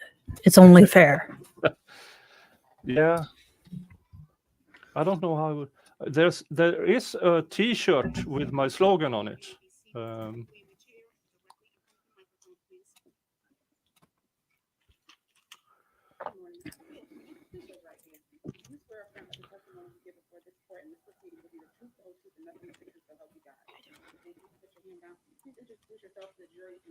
Your name, please. My name is Carissa Aparicio. That is spelled Carissa. Last name is spelled Aparicio, Aparicio. Ms. Aparicio, where are you currently employed? I'm currently employed at the Georgia Bureau of Investigation, the Division of Forensic Sciences, where I am a forensic biologist. This county really enjoys employing About young, pretty girls. Forensic biologist for 2 years. Yes, I have. And what is a forensic biologist? My job is to obtain evidence items from law enforcement agencies, which I take through the forensic DNA testing process. Okay, now as a forensic biologist, can you just tell us a little bit more about your day-to-day basic duties and responsibilities? So once evidence is submitted to the lab for testing, I would retrieve that evidence item for testing and take it through the DNA testing process. This involves the extraction of the DNA from that item. Following that, I determine how much DNA is present in that item. I make many copies of specific regions of the DNA, and then I, at the end, would obtain a DNA profile that I would use to compare to a known reference profile that would be able to then allow me to testify to the facts of that case. And is there education or specific training that you had to receive in order to do your job? Yes, so I have a Bachelor of Science in Biology that I obtained from Georgia State University.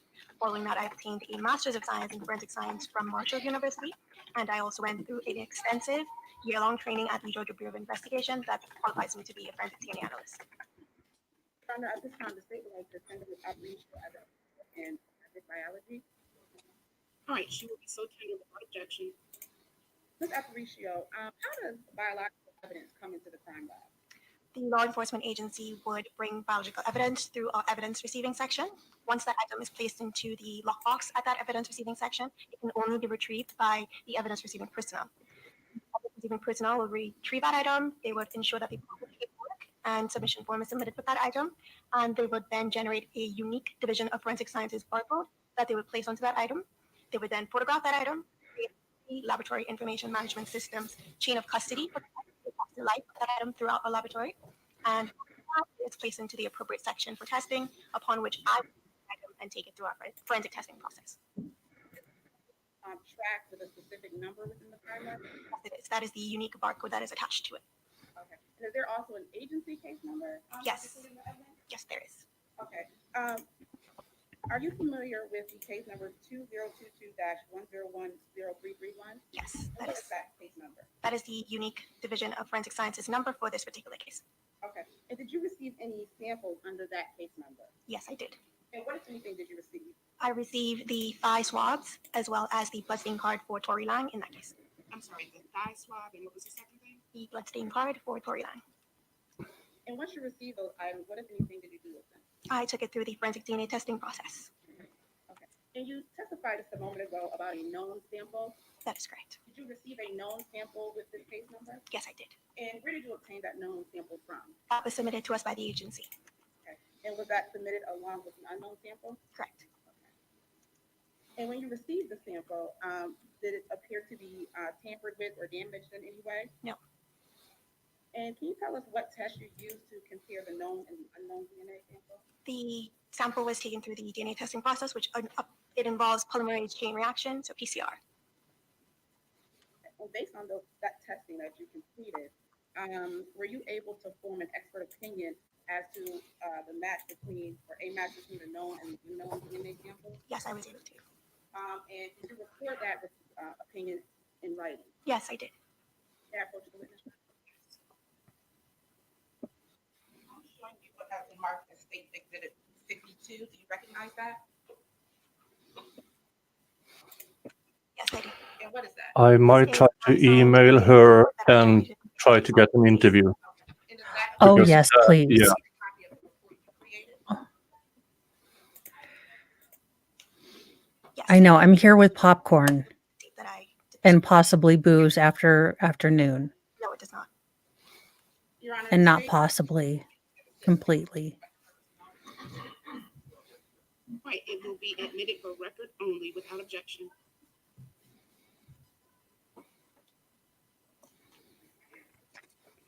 And what expert opinion did you form as a result of your testing of the The DNA obtained from the thigh swabs that I tested contains the DNA profile of at least one individual.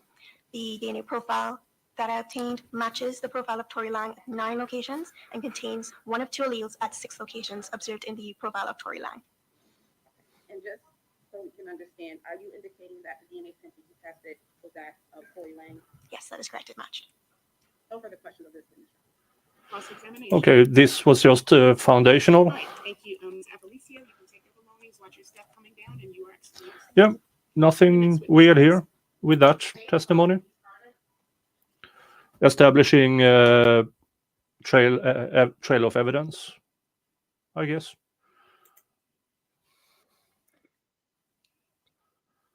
I wonder what they're going to have DNA on, because the car burnt to a crisp. The gun Yeah. was never found. So, I mean, her body, I'm guessing, well, I guess if the handprint or the blood on the thigh, maybe he has touch DNA there. That's the only way I could figure. Thank you. Why is grand jury? Is there something they told the grand jury? I think, Mr. Whitman, can you please take her bag? We need her bag to sit back there. We need to remove her reporter sheet. We'll take a bath and move over. I love the closed captioning. All right, if you will be seated comfortably in the chair and position yourself in front of the microphones, please. Please raise your right hand. Do you swear or affirm that the testimony you give before this court and these proceedings will be the truth, the whole truth, and nothing but the truth, so help you God? I do. Thank you. Please introduce yourself to the jury. My name is Denise Nicole Carter. I am a forensic toxicologist with the Georgia Bureau of Investigation, Division of Forensic Sciences. And Ms. Carter, as a forensic toxicologist, what are some of your day-to-day duties and responsibilities? I test biological samples such as blood and urine for the presence and or absence of drugs, alcohols, and poisons. I also analyze samples, collect data, and use this data to write my reports, which are disseminated to the citizens and to the judicial community in the state of Georgia. Is there any education or training that allows you or required in order to perform these duties? Yes, I have a Bachelor of Science degree in chemistry from Georgia Southern University. I have also taken some Master of Science courses as well from Georgia State University. Upon my hire at the Georgia Bureau of Investigation, I successfully completed the in-house alcohol and drug training program, which included learning the pharmacology and pharmacodynamics of drugs, basically what are drugs and how do they work in the body, learn about the different methods and instrumentation for isolating particular drugs of interest that we may be looking for. And upon completion of my training, I took a proficiency test, which is basically a blind sample that I don't know may or may not be in it. And given my result, I passed. And I take this test every year, and I passed for the past 21 years. And have you ever testified as a forensic expert in forensic toxicology? Yes. And how many times? Numerous times, at least. Just to, this is as loud as I can get the court stream. I lowered mine and Mo's microphone, and maybe that will make StreamYard to adjust a bit better. I will try to fix it to the afternoon stream. There's not much I can do. I have the court stream is the loudest I can get it.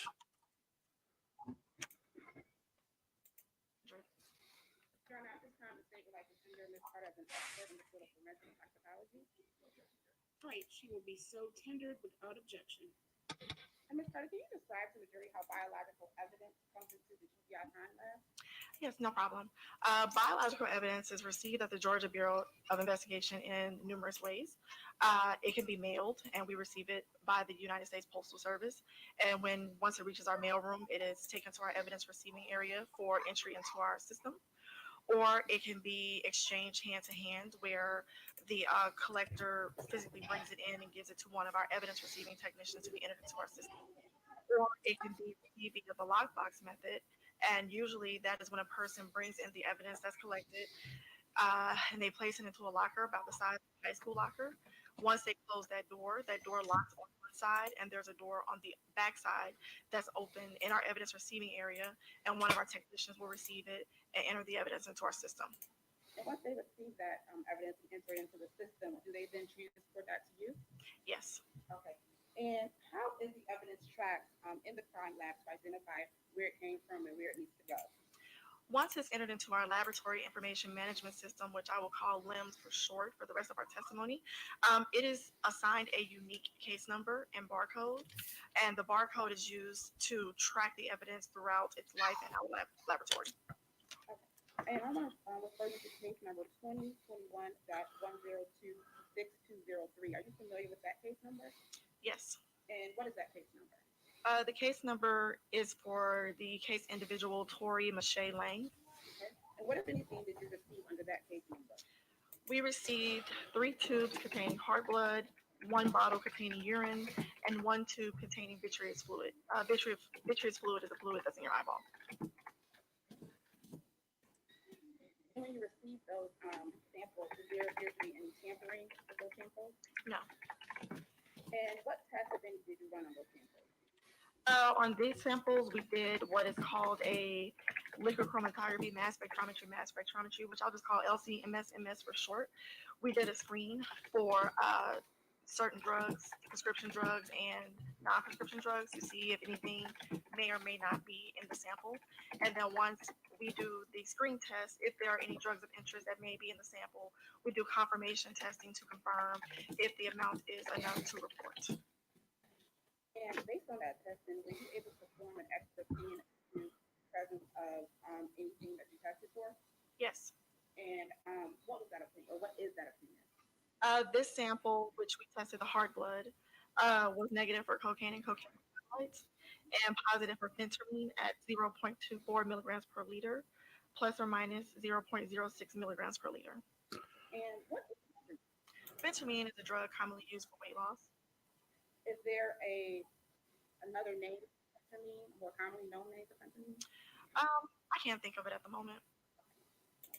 To your knowledge, does phentermine have any type of narcotic effect or mind-altering effect? It just depends if the drug is taken properly or improperly. If the drug is taken properly, then it's doing its job of suppressing your appetite, which causes you to lose weight. If the drug is not taken properly, then it can cause such issues such as changes in mood and behavior, feelings of restlessness, things of that nature. And do you know phentermine to be a stimulant or a... It's a stimulant. Okay, and can you just tell me, what is a stimulant? Basically, a stimulant is a drug that you take that stimulates or speeds up your bodily response. And do you find any indication that would cause you to run any additional tests for any additional substances? Do you stress? Yes. I'll show you what I've been marked as. Do you recognize that? Yeah. Yes, I do. And what is that? It's a copy of my official report. Okay. Does this appear to be a true and accurate copy of your report? Yes. And does it appear to be authored in any way? No. Your Honor, the state would move to tender State's Exhibit 63 for record purposes only. All right, it will be so tendered for record purposes only. Your Honor, I have no further questions at this time. Thank you. All right, thank you. Cross-examination? Good morning. Phentermine, is that it? Yes, phentermine. That's it, phentermine. That's a controlled substance, is it not? Yes, prescribed by doctors. Okay, it has to be prescribed by a physician. And in terms of the amount that you found in Tori's body, is that a normal amount, low amount, high amount? Do you know? Well, the therapeutic, the high end of the therapeutic range for this drug is at 0.1. The toxic range for this drug is at 0.9. So this result at 0.24 is a little higher than the therapeutic range. Okay. When we start talking about the drug being used in a way that is unanticipated by the physician, do you know what the I'm gonna call it side effects are if you use too much of it? If you use too much of the drug, like I said, there will be changes in mood behavior. You might have issues with chest pains or heart issues, things like that. Okay. Thank you very much, ma'am. Thank you, Judge. Any redirect? Mood changes. You can take your items with you. So You- taking a weight loss drug that might change mood. Well, I mean, it's basically it's speeding your metabolism up. It's making you not want to eat. It can cause anxiety. It can cause, aggression, things like that. I mean, it was what the Ronald was on. So, I mean, if you abuse it, if you take, that if you already have predilections toward anxiety and things like that, you can have, adverse reactions. I don't know. Okay. I know nothing about those drugs. I barely take pain medication. I do. Please introduce yourself to the jury. Sergeant David Smith How are you employed? with the Gwinnett County Police Department. Are you a certified law enforcement officer? I am. What's your current assignment? The Behavioral Health Unit. And are you now a sergeant? So, Sergeant Smith, how were you assigned in July of 2021? I was a corporal in the Homicide Assault Unit. And were you assigned, I guess, what were your basic duties as a corporal, as a corporal in the homicide? To investigate cases involving batteries, assault, ag batteries, and homicide. And what is investigating a homicide in case? Going out to the scene, looking at the victims, attending the autopsy, talking to witnesses, looking for surveillance footage, anything that we can find to help us in determining who committed the crime. On or about July 28th, 2021, were you assigned to investigate the death of Ford Lang? I was. Tell the jury how that investigation started from your standpoint. I received a call that morning. I was up to take the next case as the lead investigator. So I received that call on July 28th around 7 a.m. I was notified that the body of the victim was located in Yellow River Park. So I got ready and made my way to the park to go to the scene. What did you see, observe, and find at the scene? When I got to the scene, I located the victim's body. It was just off of the parking lot, off the footpath, under a large tree at the front of the park. And what were your next steps? How did your investigation proceed after you went to see? I searched the scene. We looked for anything that we could relate back to the victim, to identify the victim. We didn't find any identification, cell phones, vehicles. Located 2 shell casings not far from the victim's body. And then obviously at that point we contacted the medical examiner's office, and then I began trying to locate any witnesses or surveillance footage and attempting to identify the victim. How did you go about attempting to identify the victim? Is that important? How did you go about it? Process the other direction. Is the identity of the victim important? Extremely important. The victimology is very important in our investigations. It tells us everything about the victim, ultimately how they may have gotten there, who they associate with, their past, even the future in some cases. So how did you attempt to go about identifying who the person, Tory Lang, who at that point was unidentified? The victim had 2 distinctive tattoos that we were able to locate in the body. We took photographs of those and released them to the news, asking for any tips or help to try to find her. And did you receive any aid for help in finding her identity? We did. The family, the victim's mother, reached out to the police department. And it's on what day was the young lady who you remember being That would have been the next day on the 29th of July. did you personally go notify the parents of what had happened? Who did you speak to? I spoke to the victim's mother, Teresa Lang. Just to Teresa Lang? I believe her husband was there as well. Did you, I guess, how did that conversation go? Understandably, Ms. Lang was upset. I explained how we found the victim and what we were looking at and asking for any history or anybody that she could have believed would be involved. Did she provide you any information about Corey or about her friend? She did. She provided me two names. One was the defendant and another was Marquesa Brown that she said were very close friends that I should speak with. Did she give you, did you search for his room, find a car, anything like that? At that time, we had not located the vehicle. Ms. Lang stated that her weapon was missing, which was a SIG 9mm. When we did go up to the victim's room, we located some letters that the victim had written, more like prayers to God from herself. Show you what's marked as 65. Are you skipping 64 on purpose? I just haven't gotten 64 yet. Okay, I'm just making sure that you were aware of that. I am. Do you recognize State's Exhibit 65? I do. What's State's Exhibit 65? These are copies of the letters that I located in the victim's bedroom. Feel free to flip through, make sure it's accurate.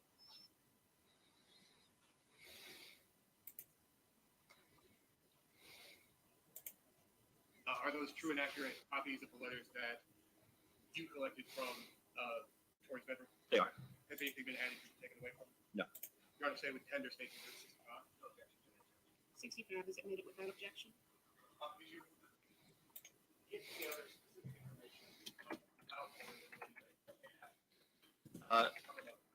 When speaking to the mother, she had stated that she didn't have a cell phone, that they had turned it off, they were switching carriers.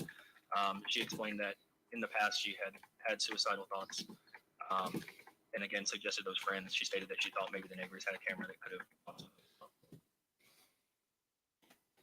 Where did your investigation continue from?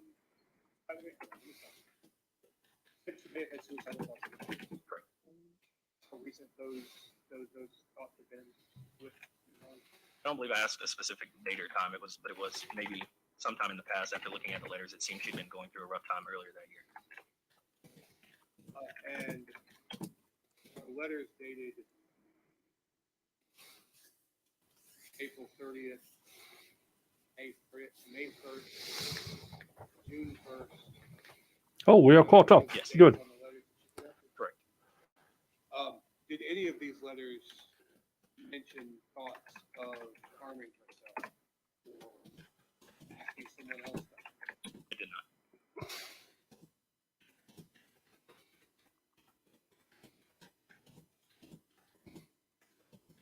After these discussions, what did you do? I then went back to the office and I contacted the defendant and Marquesa Brown. The conversation you had with the defendant. You called using the number that Teresa Lang gave? Yes. Did the person on the other end of the phone identify himself as Austin Ford? It wasn't a phone conversation? It was. At that point, had you actually met Austin? What was the substance of your conversation? I was asking how well they were associated, if he had seen her recently, anything that she may have talked about leading up to that. Also, if he knew what happened. Did he tell you that he knew what happened? He did. He told you he knew what happened? I believe he was aware of what happened when I spoke to him. I guess let me ask that question. Did he know about her death? Yes. Did he tell you how her death had happened? No. Did he tell you that he had been present when she was shot? No. Did he tell you that he took a firearm from Yellow River Park, July 27, 2024? No. Did he tell you that he drove away from Yellow River Park in Torrey's car on July 27? No. Did he tell you where he disposed of a firearm from exposed the Tory's car on the night of or after July 27th. Did you record your conversation with the defendant? No. Yes. Sorry, I did. Yeah. Yes, I did. They show you what you used to record. We have a device that we place on our desk phones that records the conversation. Now, is it actual device that the same audio or sometimes you have trouble? We have trouble. It depends on the connection, and you can't really tell how good it is till after the fact when you listen to it. Did it work in this case? It worked, but not great. Are you familiar with how to operate? Yes. Was it operating correctly? That's the best Yes, and did it produce a report? it did. Was it true and accurate recording of your conversation? Yes. So you was marked as States Exhibit 64. Do you recognize States Exhibit 64? I do. What is it? That is the device holding the recording between myself and the defendant. True and accurate recording of your conversation with the defendant? Yes. And are those your initials on the tag connected to the USB? So they're basically admitting that this recording is going to be through a potato and ham sandwich. All right, it's admitted without objection. Your Honor, this is an audio recording that I intend to publish at this time. And I will give a limiting instruction first. Members of the jury, you are about to hear an audio recording of a conversation purportedly between Detective Smith and the defendant. As you hear the audio recording, you may hear the officer make certain statements to the defendant. I caution you that the declarations or statements of the officers are not evidence, and you should not consider such statements as evidence unless they are proven to you by other competent evidence. You may publish. thank you, Your Honor.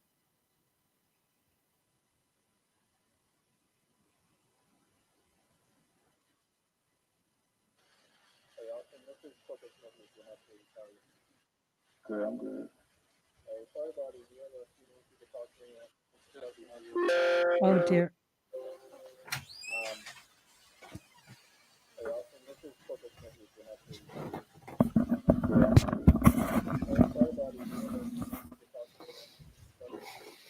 Yes, sir. Obviously, I've been talking to the family and other friends and stuff like that, and my goal in this whole investigation is to get answers to her family. And you guys are her family, everybody's pretty upset. So I just want to piece together what happened. So, her mom says you last saw her that Tuesday night. Is that you sure that's the last time you saw her? Yes, sir. And what did she say when she said that? She had my wallet. She was trying to make me kill her for my money, and I told her I couldn't do it. I can't do that. Like she wanted to hold your wallet until you killed her? Now, the defendant or the person in the phone is identified as the defendant said that, what were you talking about? I was asking him when the last time that he saw her was. And what time did he say that he last saw her? He said he saw her the night before. And then he said something about the wallet. Correct. He said the victim had his wallet and she was bringing it back to return the wallet to him.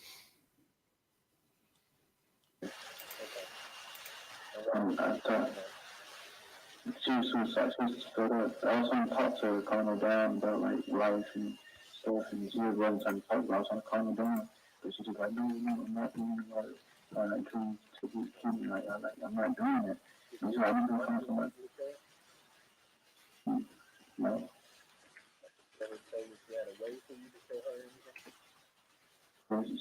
She had the gun in her car, but I didn't. She just said, I need you to like, she didn't say you shoot her or anything, but I seen the gun in the car. So you came after the car? Yes. And it was just her in the car? We were outside the car. We were out on Punkix, and we were just standing right there. And she was like, I'm not going to move out until you keep every man. I was saying like, no, I was fine. I was trying to grab her and hug her. I was trying to hug her. And she wouldn't let me get closer, and she's like, no, so I'm just gonna find somebody else, I'm just gonna find somebody else. Which I'm I said, fine, I don't need them, like, whatever, but like, I'm not doing it. You know, I need to calm down, like, relax. And she's like, no. So he said that, correct me if I'm wrong, and the audio, of course, will reflect what was actually said, but it sounded like the defendant was talking about a conversation between himself and Tori where she had supposedly asked him to kill her and was holding his wallet hostage in order to coerce him into that? Correct. So she was telling him that she was having suicidal thoughts and she wanted him to do it. He was refusing to do it. So she wanted to use the money that she knew he had in his wallet to pay someone else to do it. And were you asking him whether or not she had a gun? I did ask if he saw a weapon, and he told me that he saw a weapon sitting in the car because they were standing outside of the car having the conversation. Did she tell you where she got the gun? I'm gonna stop again. Did he say when this conversation took place? Yes, that was the night before, so it would have been on the 27th. And did he say where this conversation took place? It was at his apartment complex outside. Yeah, I know. Look, Martin, you're not even in trouble with me. I just want to know what speeches I can get. We're just trying to find out how this happened. So, where did she say she was going to go when she left? She didn't tell me. I kept asking her. She didn't tell me. She didn't tell me where she's going. She just left. So she didn't have her phone, obviously, right? I was calling her. Where else did she know to go? And understanding what's hard to hear, the hardest to hear on this recording is your question. The defendant responded that she didn't tell him where he was going. What was that answer in response? I asked him if he knew where she was going when she left. He said he didn't know, that she didn't tell him, that he tried to call her, but obviously she didn't have her phone. Did he tell you that she left the apartment complex without him? It was my understanding that she left without him. I don't know if he said that specifically. Who else did she go to the house that she may have lied to her? What is your gut feeling? Just be honest. What is your gut feeling? Do you think her boyfriend would have done this? I don't know if she was his girlfriend, if he would have been willing to, or do you think she would for money? For money, yeah, I think for money, honestly, yeah. But today I'm thinking like just to go to, like, I know she wouldn't just drive to his house because he wouldn't be at the house. So he's discussing a house she may have driven to. Let's just pause here for just a bit. Yeah, I think he's having a Tintin haircut, and if you don't know what that is early noughts, when you cut your hair short and then made a swoosh. A swoosh. And this guy probably has had it since then, but he doesn't have enough hair anymore to pull it off. He picked a time on the fashion train where he was with it, and he's like, "I'm done here. I was cool, and I stopped."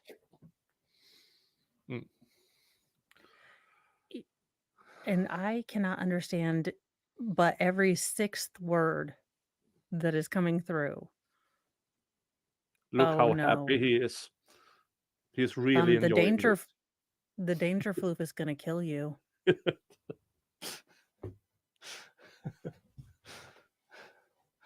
Okay, chat. Now you've seen jingles today, and he's still tenderizing my legs, and yeah.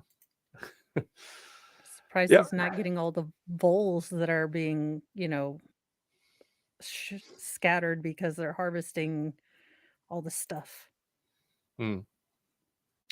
Yeah, these channels do not offer legal advice, but it's always a general advice to, even as a witness, lawyer up.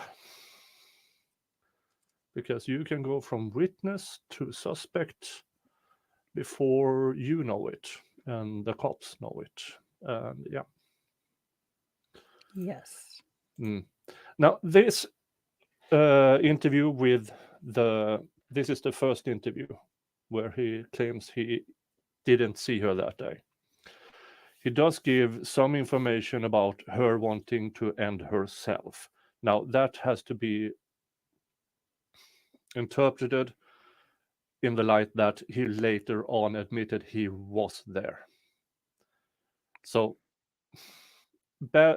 huge mistake from his part to even suggest anything of this. Yes. Catnip soap? But I have no idea what that is. He is outside. Sometimes he comes in dirty, and I towel him dry. I tried once to put him in the shower. I still Oh, have God. scars, Yeah, I'm and surprised you so didn't have to that's not go going to happen. to the I've ER avoided, or whatever you yeah. call. Once a year, I take him to the groomers, and I have had to change groomers on occasion because he's really not happy about that. For you who don't know and are completely new here, hi, I'm Nick. I have a farm. This Jingles is a farm cat. He's here to perform a job.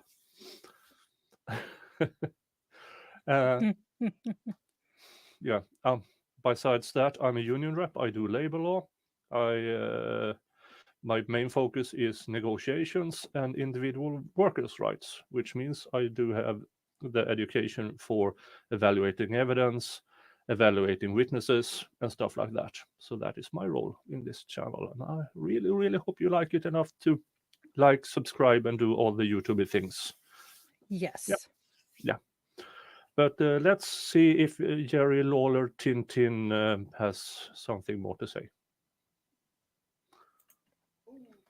Who was the query about? The victim's boyfriend, Jaron Thompson, or Scoop is what they called him. And I asked her if he would have went to his house. And what was the defendant's response? He stated that he didn't believe she would go over there because he doesn't really stay in any one place. Yeah, I wouldn't most places to do that. That's what I'm saying. I don't think she just drive right to his house. You know, I was thinking, I don't know anybody else. I contacted her friends like the other day. Like I was contacting her friends and stuff, like to see where she was at. And nobody knew where she was at, so I contacted everybody that I think that she would go to. And nobody said anything. Nobody didn't know where she was at. Okay. And your girlfriend was there in the house when this happened? Yes. Okay. You said she was just kind of acting crazy then. So how much money did she take from you? About like 340, about like 350. And you can't go anywhere with you from Joe, who's your contact. Really trying to She just, I'm telling you, she was not. She just, I'm going to do somebody else. I'm doing somebody else to do it. I'm doing somebody else. All right, I'm not doing it. And I didn't think she would do it. I didn't think anybody in their right mind would do it. People do those things for my assessment, but what do you think? Obviously, you know, happen together with a park. You know anybody that you could drive to that lives in that area? Like, who did you know that you could drive to that house first time? I don't know anybody else, and I don't know why. Have you ever been there with her? I've been there with multiple friends, my other friends. We've been there. We go there. That's, yeah. Okay. And I talked to Marquez. Do you talk to her at all? You think with her? Yes. Okay. They mentioned her boyfriend. Do you know anything about him? I know he's doing a wedding.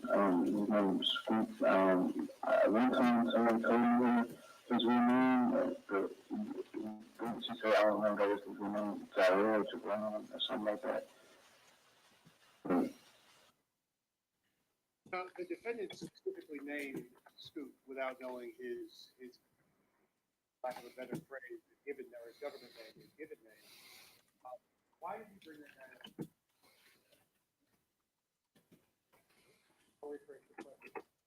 In response to what query that you asked,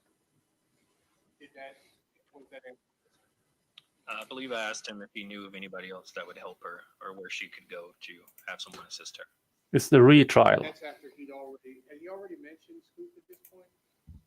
I believe she'd mentioned the boyfriend, but he hadn't called him by name yet. Okay, so he mentioned the boyfriend as being a place where she might have gone or someplace. You asked where she might have gone, he mentioned the boyfriend. Correct. And now he's bringing it up in relationship to who might hurt her or want to hurt her? Correct. Who might assist her with what she was asking him to do. How in the hell are they understanding this? I don't know exactly what's going on. I've been to his house one time, but that was at night, and I don't know like, exactly where it was. I just know it was going far. What about Mike Page's boyfriend? Do you know her? I don't know him. I've seen him. I never talked to him. I never even been in the car. I've seen him before. I don't even know him. Well, if you have something you can write with, and I'll put it in your phone and give you my direct number, because I'd like, if you find out anything else, I'd like to know. Listen, I'm putting my phone and take it to myself. Seven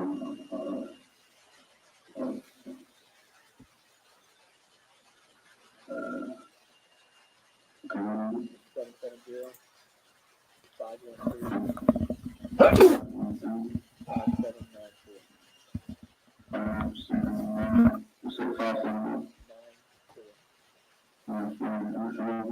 Corporal Smith, S-M-I-T-H.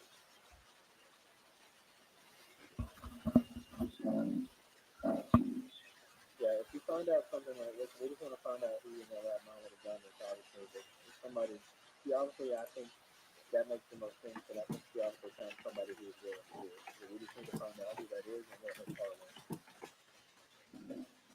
At this point, did you give the defendant your phone number? I did.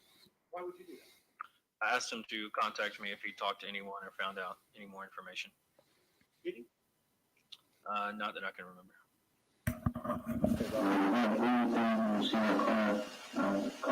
Okay, I appreciate it. Thank you.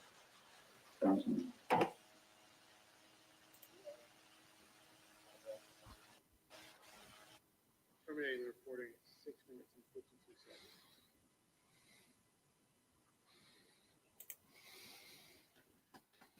Did you ever, or was Tori's car ever located? It was. Do you know where it was? I do. Where? It's located at the Hidden Acres Nature Preserve. It's a park inside DeKalb County. What condition was it in? It was completely burned to the frame. How was it identified as Tori's car? The park rangers located I believe they located the license plate to the right that we later collected, but we brought it back to our headquarters and I located a VIN on the firewall that we used to find the registration. And was it registered to a person? It was registered to the victim's grandmother, yes. What was her name? Tanya.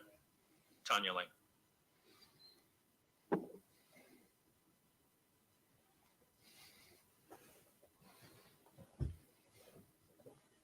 Where did the investigation go from your perspective from this point? I asked the arson investigator to assist me in collecting some of the debris within the car to see if we could locate an accelerant. And Gwinnett arson investigator Stripling assisted me with that, and we had that sent off for testing. Obviously, I spoke to the park ranger, went back out to that scene the next day to look at it myself. Also began drafting geofences and phone tower dumps to try to get location from where the car was found and where the victim was located. Where you went to the scene of the car being burned, was the area around where the car was found burned? It was. According to the park ranger, they hadn't been back there. They do a rotation, so they hadn't been there, I believe, since the 29th. And they said it had burned completely to the ground, so no one had ever tried to extinguish it. It basically burned out on its own.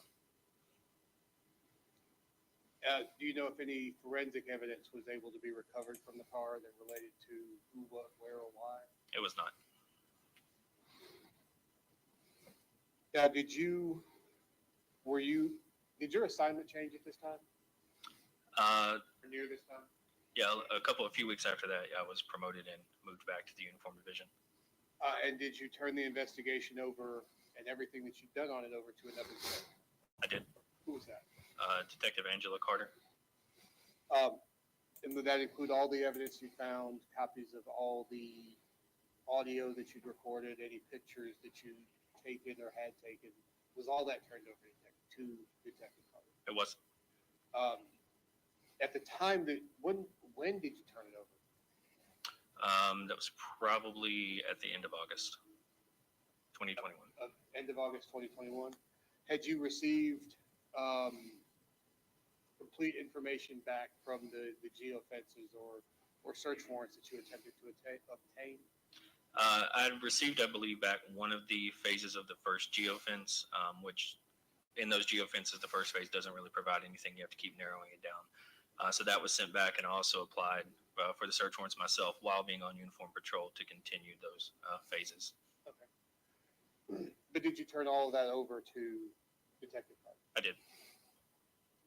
I think that's all the questions I have at this time. Thank you. Cross-examination.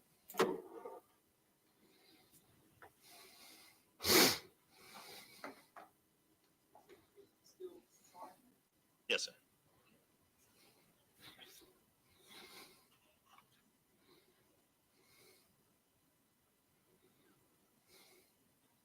Sergeant Smith. Good morning. Let me start here with this question. To the best of your recollection, when was Tory Lang actually identified? On the 29th of July. 29th of July. And was it also on the 29th of July that you heard from the first time from Tory's mother that Tory might be suicidal? It was. Okay. And Tory's mother, I believe you said, gave you two names, Marquesa Brown and Austin Ford, as people that she thought that you might want to speak to. Is that right? Correct. And then you spoke to Marquesa Brown before you spoke to Austin Ford. Is that right? Yes. Okay. And Marquesa Brown also told you that she thought Tory might be suicidal. Is that right? Your Honor, also, the characterization of suicidal is hardly needed. Only testimony regarding suicide was that Sergeant Smith had heard recently that she had thought had. So, According to the mother's testimony, she wasn't. But here we hear she admitted. I don't know the difference between thinking about suicide and being suicidal. To me, those are the same things. 6, that's the same thing. As the hearsay, I can withdraw. Right. No need for me to rule. The question is being withdrawn. Did you hear from anyone else? This defense attorney is slick. Like, okay, I'll withdraw the question. Yeah, and this time there were no jury will disregard. And so now he's rephrasing. This will come in. So, in my opinion, the one thing that the prosecution has is Austin not telling everything from the start. Yeah, And I mean, he that- definitely acts shady. Yeah, and mother misremembering her daughter being suicidal. I mean,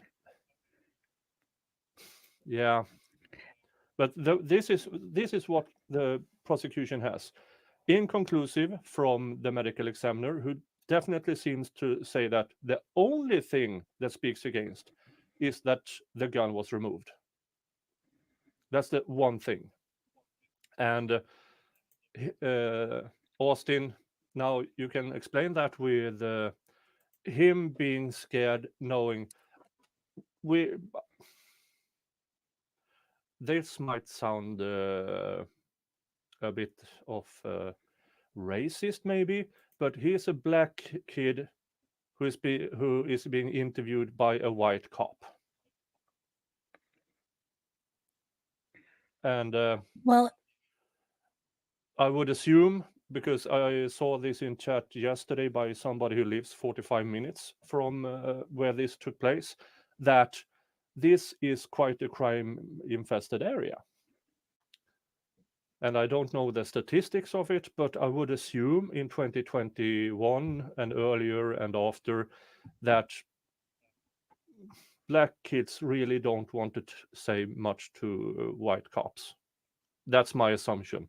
You can correct me if I'm wrong, or any person of color in the chat might disagree or agree. I don't know. But that's my assumption that this was in 2021. When was that? 2020. Yeah, so this was directly after the guy who with a knee on his neck for 7.5 minutes. Well, and it's you're 17. You've just, I mean, Mm. let's say we go with his story. We Mm. believe his story, full stop. You've just seen your friend unalive themselves, you know, Mm. and then you panic and you do some dumb things and you think no one is gonna believe you. Yeah.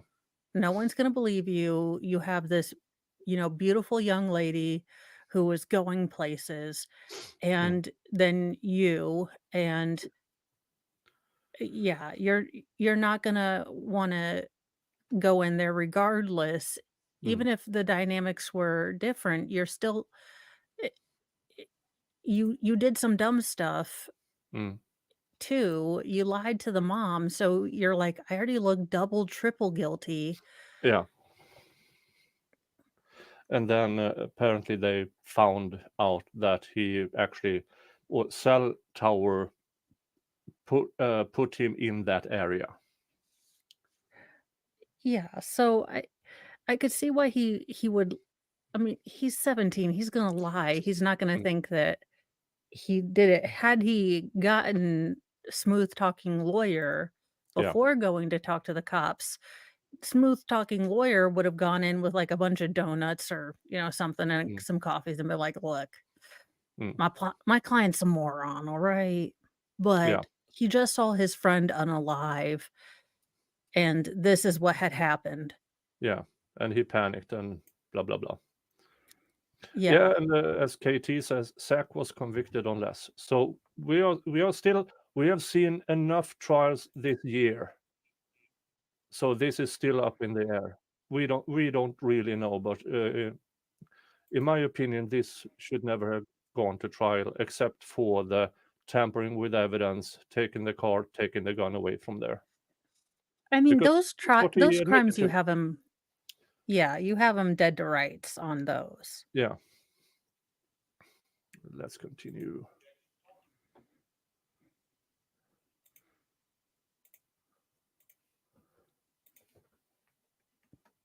Do you want to respond? No. My client. I'm sorry. So are you withdrawing or you praising? Withdrawn. My client, Austin Ford, told you that Tory Lane might be suicidal. Is that right? Yes. Okay. Did he use that particular phrase of suicidal, or did he say she had suicide thoughts in the past? He said she was suicidal. Right. He told you when you had a conversation that you just listened to that Tory at the time she spoke to him, which was at about the time of her death, that she was suicidal. Is that right? Correct. That's the words that you suicidal, right? Yes, sir. He had used Tory Lang's mother told you that she had conferred with Austin Ford. Yeah, she said she had spoken to her. That's right. Did she say, "Hey, I spoke to Austin Ford and Austin Ford said Tory was suicidal. That's why I'm telling you she's suicidal." Did she tell you that? I don't believe so. No. No. And you ended up procuring correspondence from Tory to God at about the time that you spoke to Tory Lang's mother. Is that right? Correct. Why would you collect? Did you also collect her diary? I believe just those letters. Yes. Just those letters. Why would you collect letters from the decedent to God? Why would you do that? It was important to me in my investigation to see where her mindset had been at that point or even prior to. So why not the diary? Let's go through these letters. You had three. Were these all the letters that you located? Yes. Okay. Did you talk to family members after you reviewed these letters? I did. They were aware of the content of the letters. Okay. So I want to talk about. Oh, what's in the letters? Yeah, this I was wondering why the state brought them in if they're going to be letters to God and First one is yikes. because it's dated April 30th, 2021. Is that right? Correct. Okay. Now I say first because that seems to be chronologically the first one that would have been written.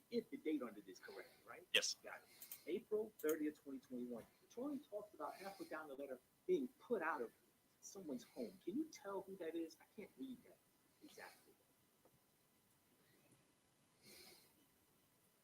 I thought it may have said aunt, but I'm not 100% sure. It's hard to tell.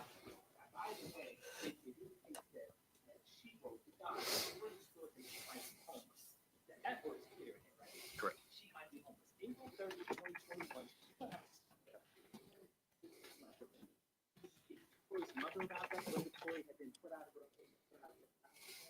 I don't believe so. No. Were you aware when you were reviewing the letters?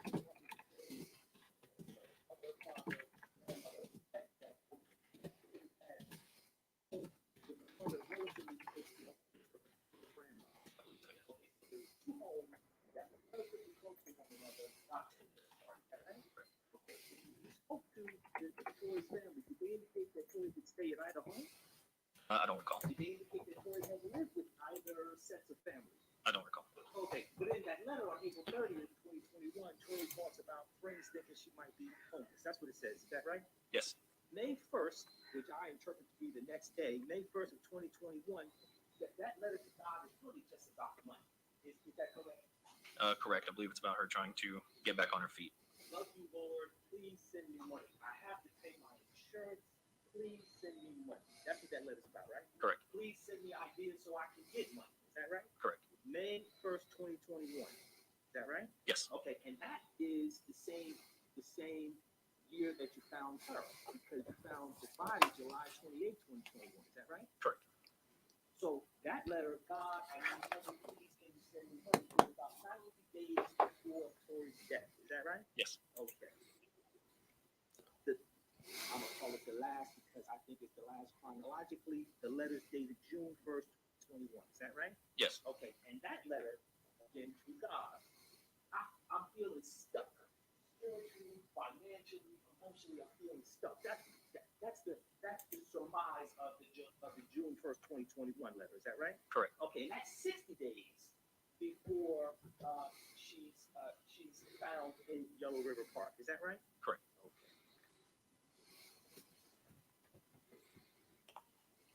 Those were the only 3 letters that you took from the home. Is that right? Correct. Were those the only 3 letters that you found there? I believe so. Yes. Okay, and I say found. Did the family hand you those letters? Did the family go to open the door and you went in the room and did your own search? How did that? Describe that to me. How that happened? The family told me they were located upstairs in her room on a, I believe it was a dresser. They had gone up there with us, but they didn't hand them to me. They just told me where to locate them. Okay, so the family knew that they were letters. Correct. Okay, did the family indicate that they had given you other letters than the letters that they were suggesting that you came with you? Not to my knowledge. Okay, so no one in the family told you that they were giving you a letter. Not to my knowledge. Okay. Did anyone in the family indicate to you how often Tory would write to God? No. Did you check on Tory's social media accounts? If she had any social media accounts? I did. All right. Did you Instagram or Snapchat or both? I believe she had both. Yes. Do you recall if you were able to look at her Snapchat account to sort of get a sense of what her mind was? I recall looking at the social media. I don't recall specifics. Not necessarily the Snapchat because it wouldn't have held anything, but possibly the Instagram. But nothing that stood out to me. The jury heard your telephone conversation with Austin Ford. Is that right? Yes. Did you ever have a face-to-face conversation with Austin Ford? I did. Did that face-to-face conversation happen after the audio conversation that the jury just heard? Yes. Do you recall the date of the face-to-face conversation that you had with Austin Ford? Yes, it was on August 2nd. Of what year, sir? Sorry, just let me confirm. Very selective memory here. Yeah, he doesn't remember. He can barely. August 2nd of 2021. August 2nd, 2021, about 3 days after Tory was found. Is that right? Yes, sir. All right. You're standing face to face with Austin, but he's not telling you that he was there during the shooting. Is that right? Correct. Okay. Did you ever get a chance to speak to Scoop? Did not. Okay. You know that his government name is Jerron Thompson. Is that right? Correct. Did your understanding that was Tory's boyfriend? Is that right? Correct. Okay. And did he just flat out refuse to talk to you? He did.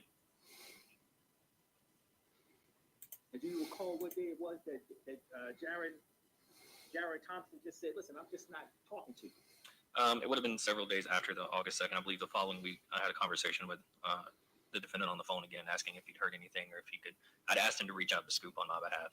He said that he did talk to him, and that he stated that he had nothing to say to me and was not going to be speaking to me. At some point in time, you speak to Dr. Terry, who's doing the autopsy on Tory Lane. Is that fair to say? Correct. Okay. And did you tell Dr. Terry that there were family and friends that might have thought Tory might have been suicidal? I did. Did you ever see her report in regards to the autopsy of Tory Lane? I've seen parts of it, yes. She included the conversation she had with you, correct? Correct. Okay, and that was part of her thought process trying to reach a determination on the matter of death. That was your understanding, is that right? Correct. Let's talk about this geofence. You requested a geofence for 2 separate areas, is that right? Correct. Okay. One was for the portion of Lower River Park where Tory Lane body was found, is that right? Correct. And the other was for where the vehicle was burned? Correct. In the Hidden Acres Nature Preserve. Okay, geofence, for viewers that don't know it, I always analogize it to like an invisible dog fence. You make a request for an area which has 4 sides, like 4 points. Is that a fair way to characterize it? Yes, sir. All right, and it only works with Google though. Correct. So when they say geofence, it really means Google geofence.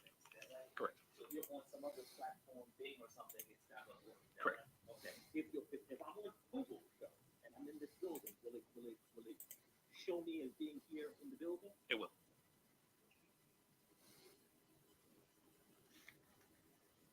No further questions. Thank you, Judge. Thank you, Sergeant. Sergeant Smith, would you talk to Wait. What did I miss?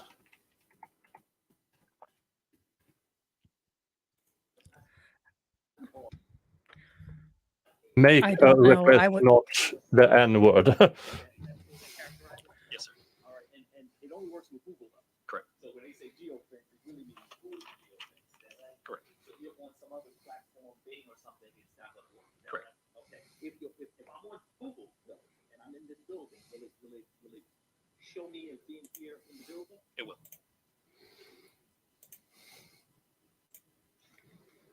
No further questions. Thank you, Judge. Thank you, Sergeant. Be direct. Sergeant Smith, would you talk to Teresa? Like, was she upset? Yes. I don't want to use the term hysterical. I mean, did you just tell her that her only daughter was found dead in Lower River Park? I did. And would you describe what she was doing as reaching for why that had happened? Yes, she wanted answers and wanted to know where we were headed with the investigation. Hey, Valhalla. After the phone call. Well, that still doesn't negate the fact that she could be doing both.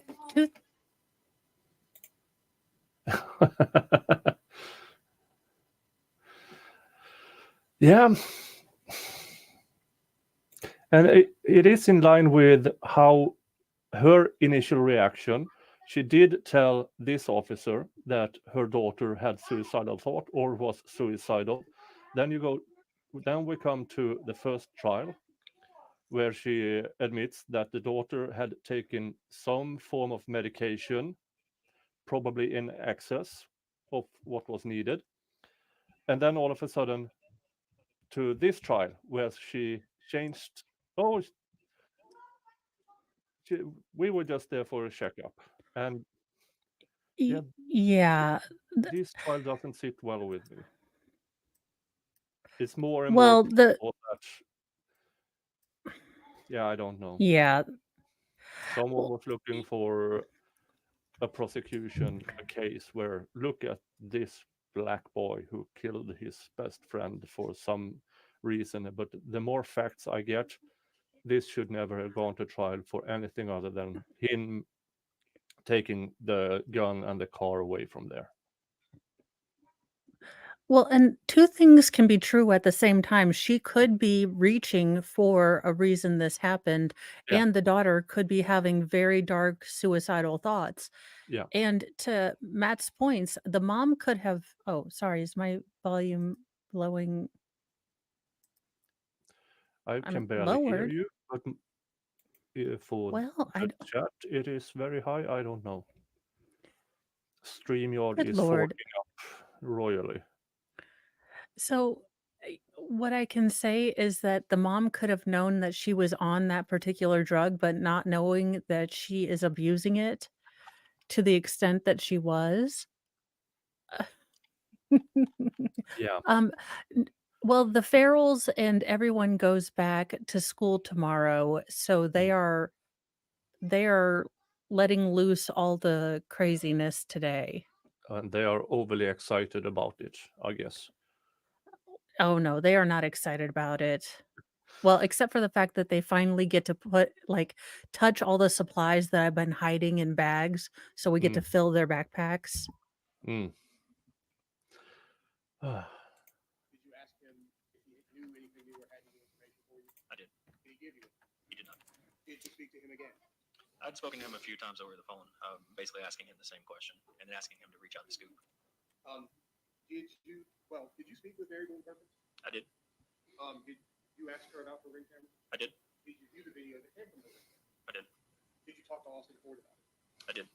What did he have to say about the ring camera video? He stated that she came over to his house and she was upset, talking about being suicidal, asking him to do it. They went down to the car, spoke there for about 10 minutes, and then he came back, which was confirmed on the ring camera. He asked, I said, well, you left again later. What was that to? And he said that he went to go purchase marijuana. I said, well, why didn't you tell me that to begin with? And he said, because you're the police. Well, and so the times are correct. It shows, does the ring camera show Corey what? You can't see her, right? But you see her walking up to his door, yes.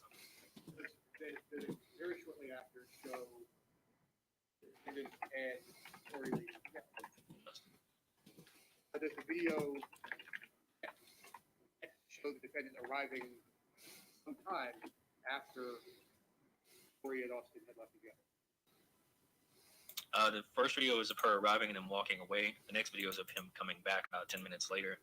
I think there's a third video where he leaves again later that night and then returns maybe an hour more after that without Tori. And that'll be reflected on the timestamps. Correct. Did he tell you where he'd gone? He had said he went to purchase marijuana. Other question I have. The video, the ring camera video that you observed, that showed Corey lying wearing the same clothes that she was located in at Yellow River Park, did it not? It did. Okay, and in her hysteria, as the prosecutor didn't want to phrase it, Teresa Lang reached for suicide, not who killed my baby when you spoke to her. Isn't that right? I believe we discussed both, but suicide was the first thing we talked about. Thank you very much. No further questions. Any further direct? All right, Sergeant Smith. your personal Still didn't help the prosecution's case. Is this a good time for the lunch recess? Very good time. All right, you let the witness be excused. All right, members of the jury, we are going to take a pause for our lunch recess. We are 9 I minutes remind you, behind. as I have done throughout the trial, to remember They don't that seem to have lunch anything to break, discuss during lunch. pins in the chair, take your personal belongings. We will Nope. All right. That was interesting. You're muted. Muted. Like crap. I wonder how the medical thing is, or the medical examiner's testimony is really going to affect them. Because I'm like, well, that's the case for me. I'm done. Let's go Yeah. get some lunch, Larry.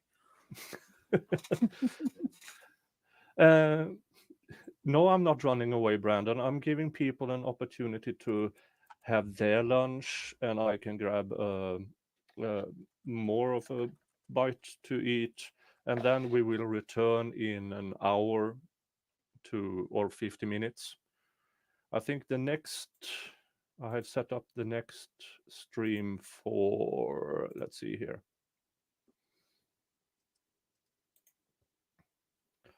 Dun, dun, dun. I have set up the next stream for 6:50 p.m. my time, so in 45 minutes, where we can restart and discuss the morning's testimony and other stuff. So bathroom, all the things. And but this morning reassured me that this should never have gone to a murder trial at all. Yeah, the fact that there were 23 different ways that we could have possibly gotten here was alarming.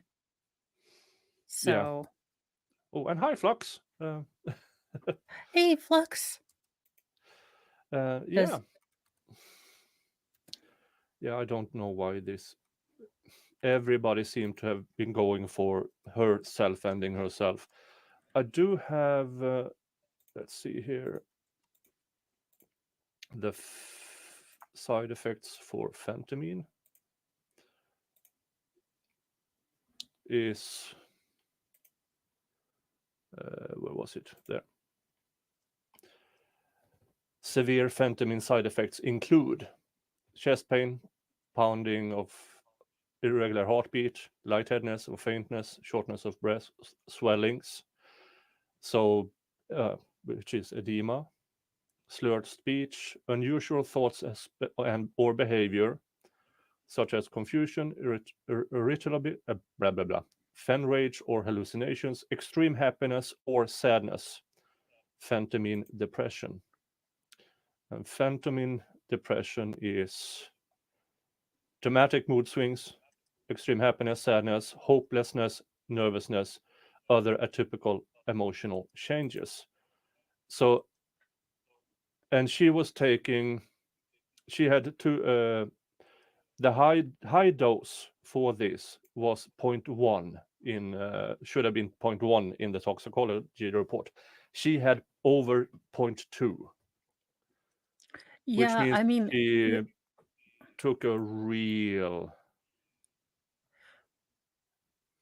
yeah, and if she is worried that she is going to lose her house, if she's worried about financial stuff, if she's having boyfriend issues, if it is the time of the virus we are not allowed to talk about, and certain social issues that shall not be named.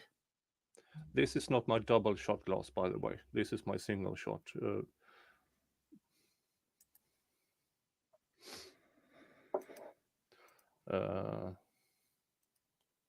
So I'm not. I don't know the conversation here. I do have my measuring cup, so we can compare later on. I don't know.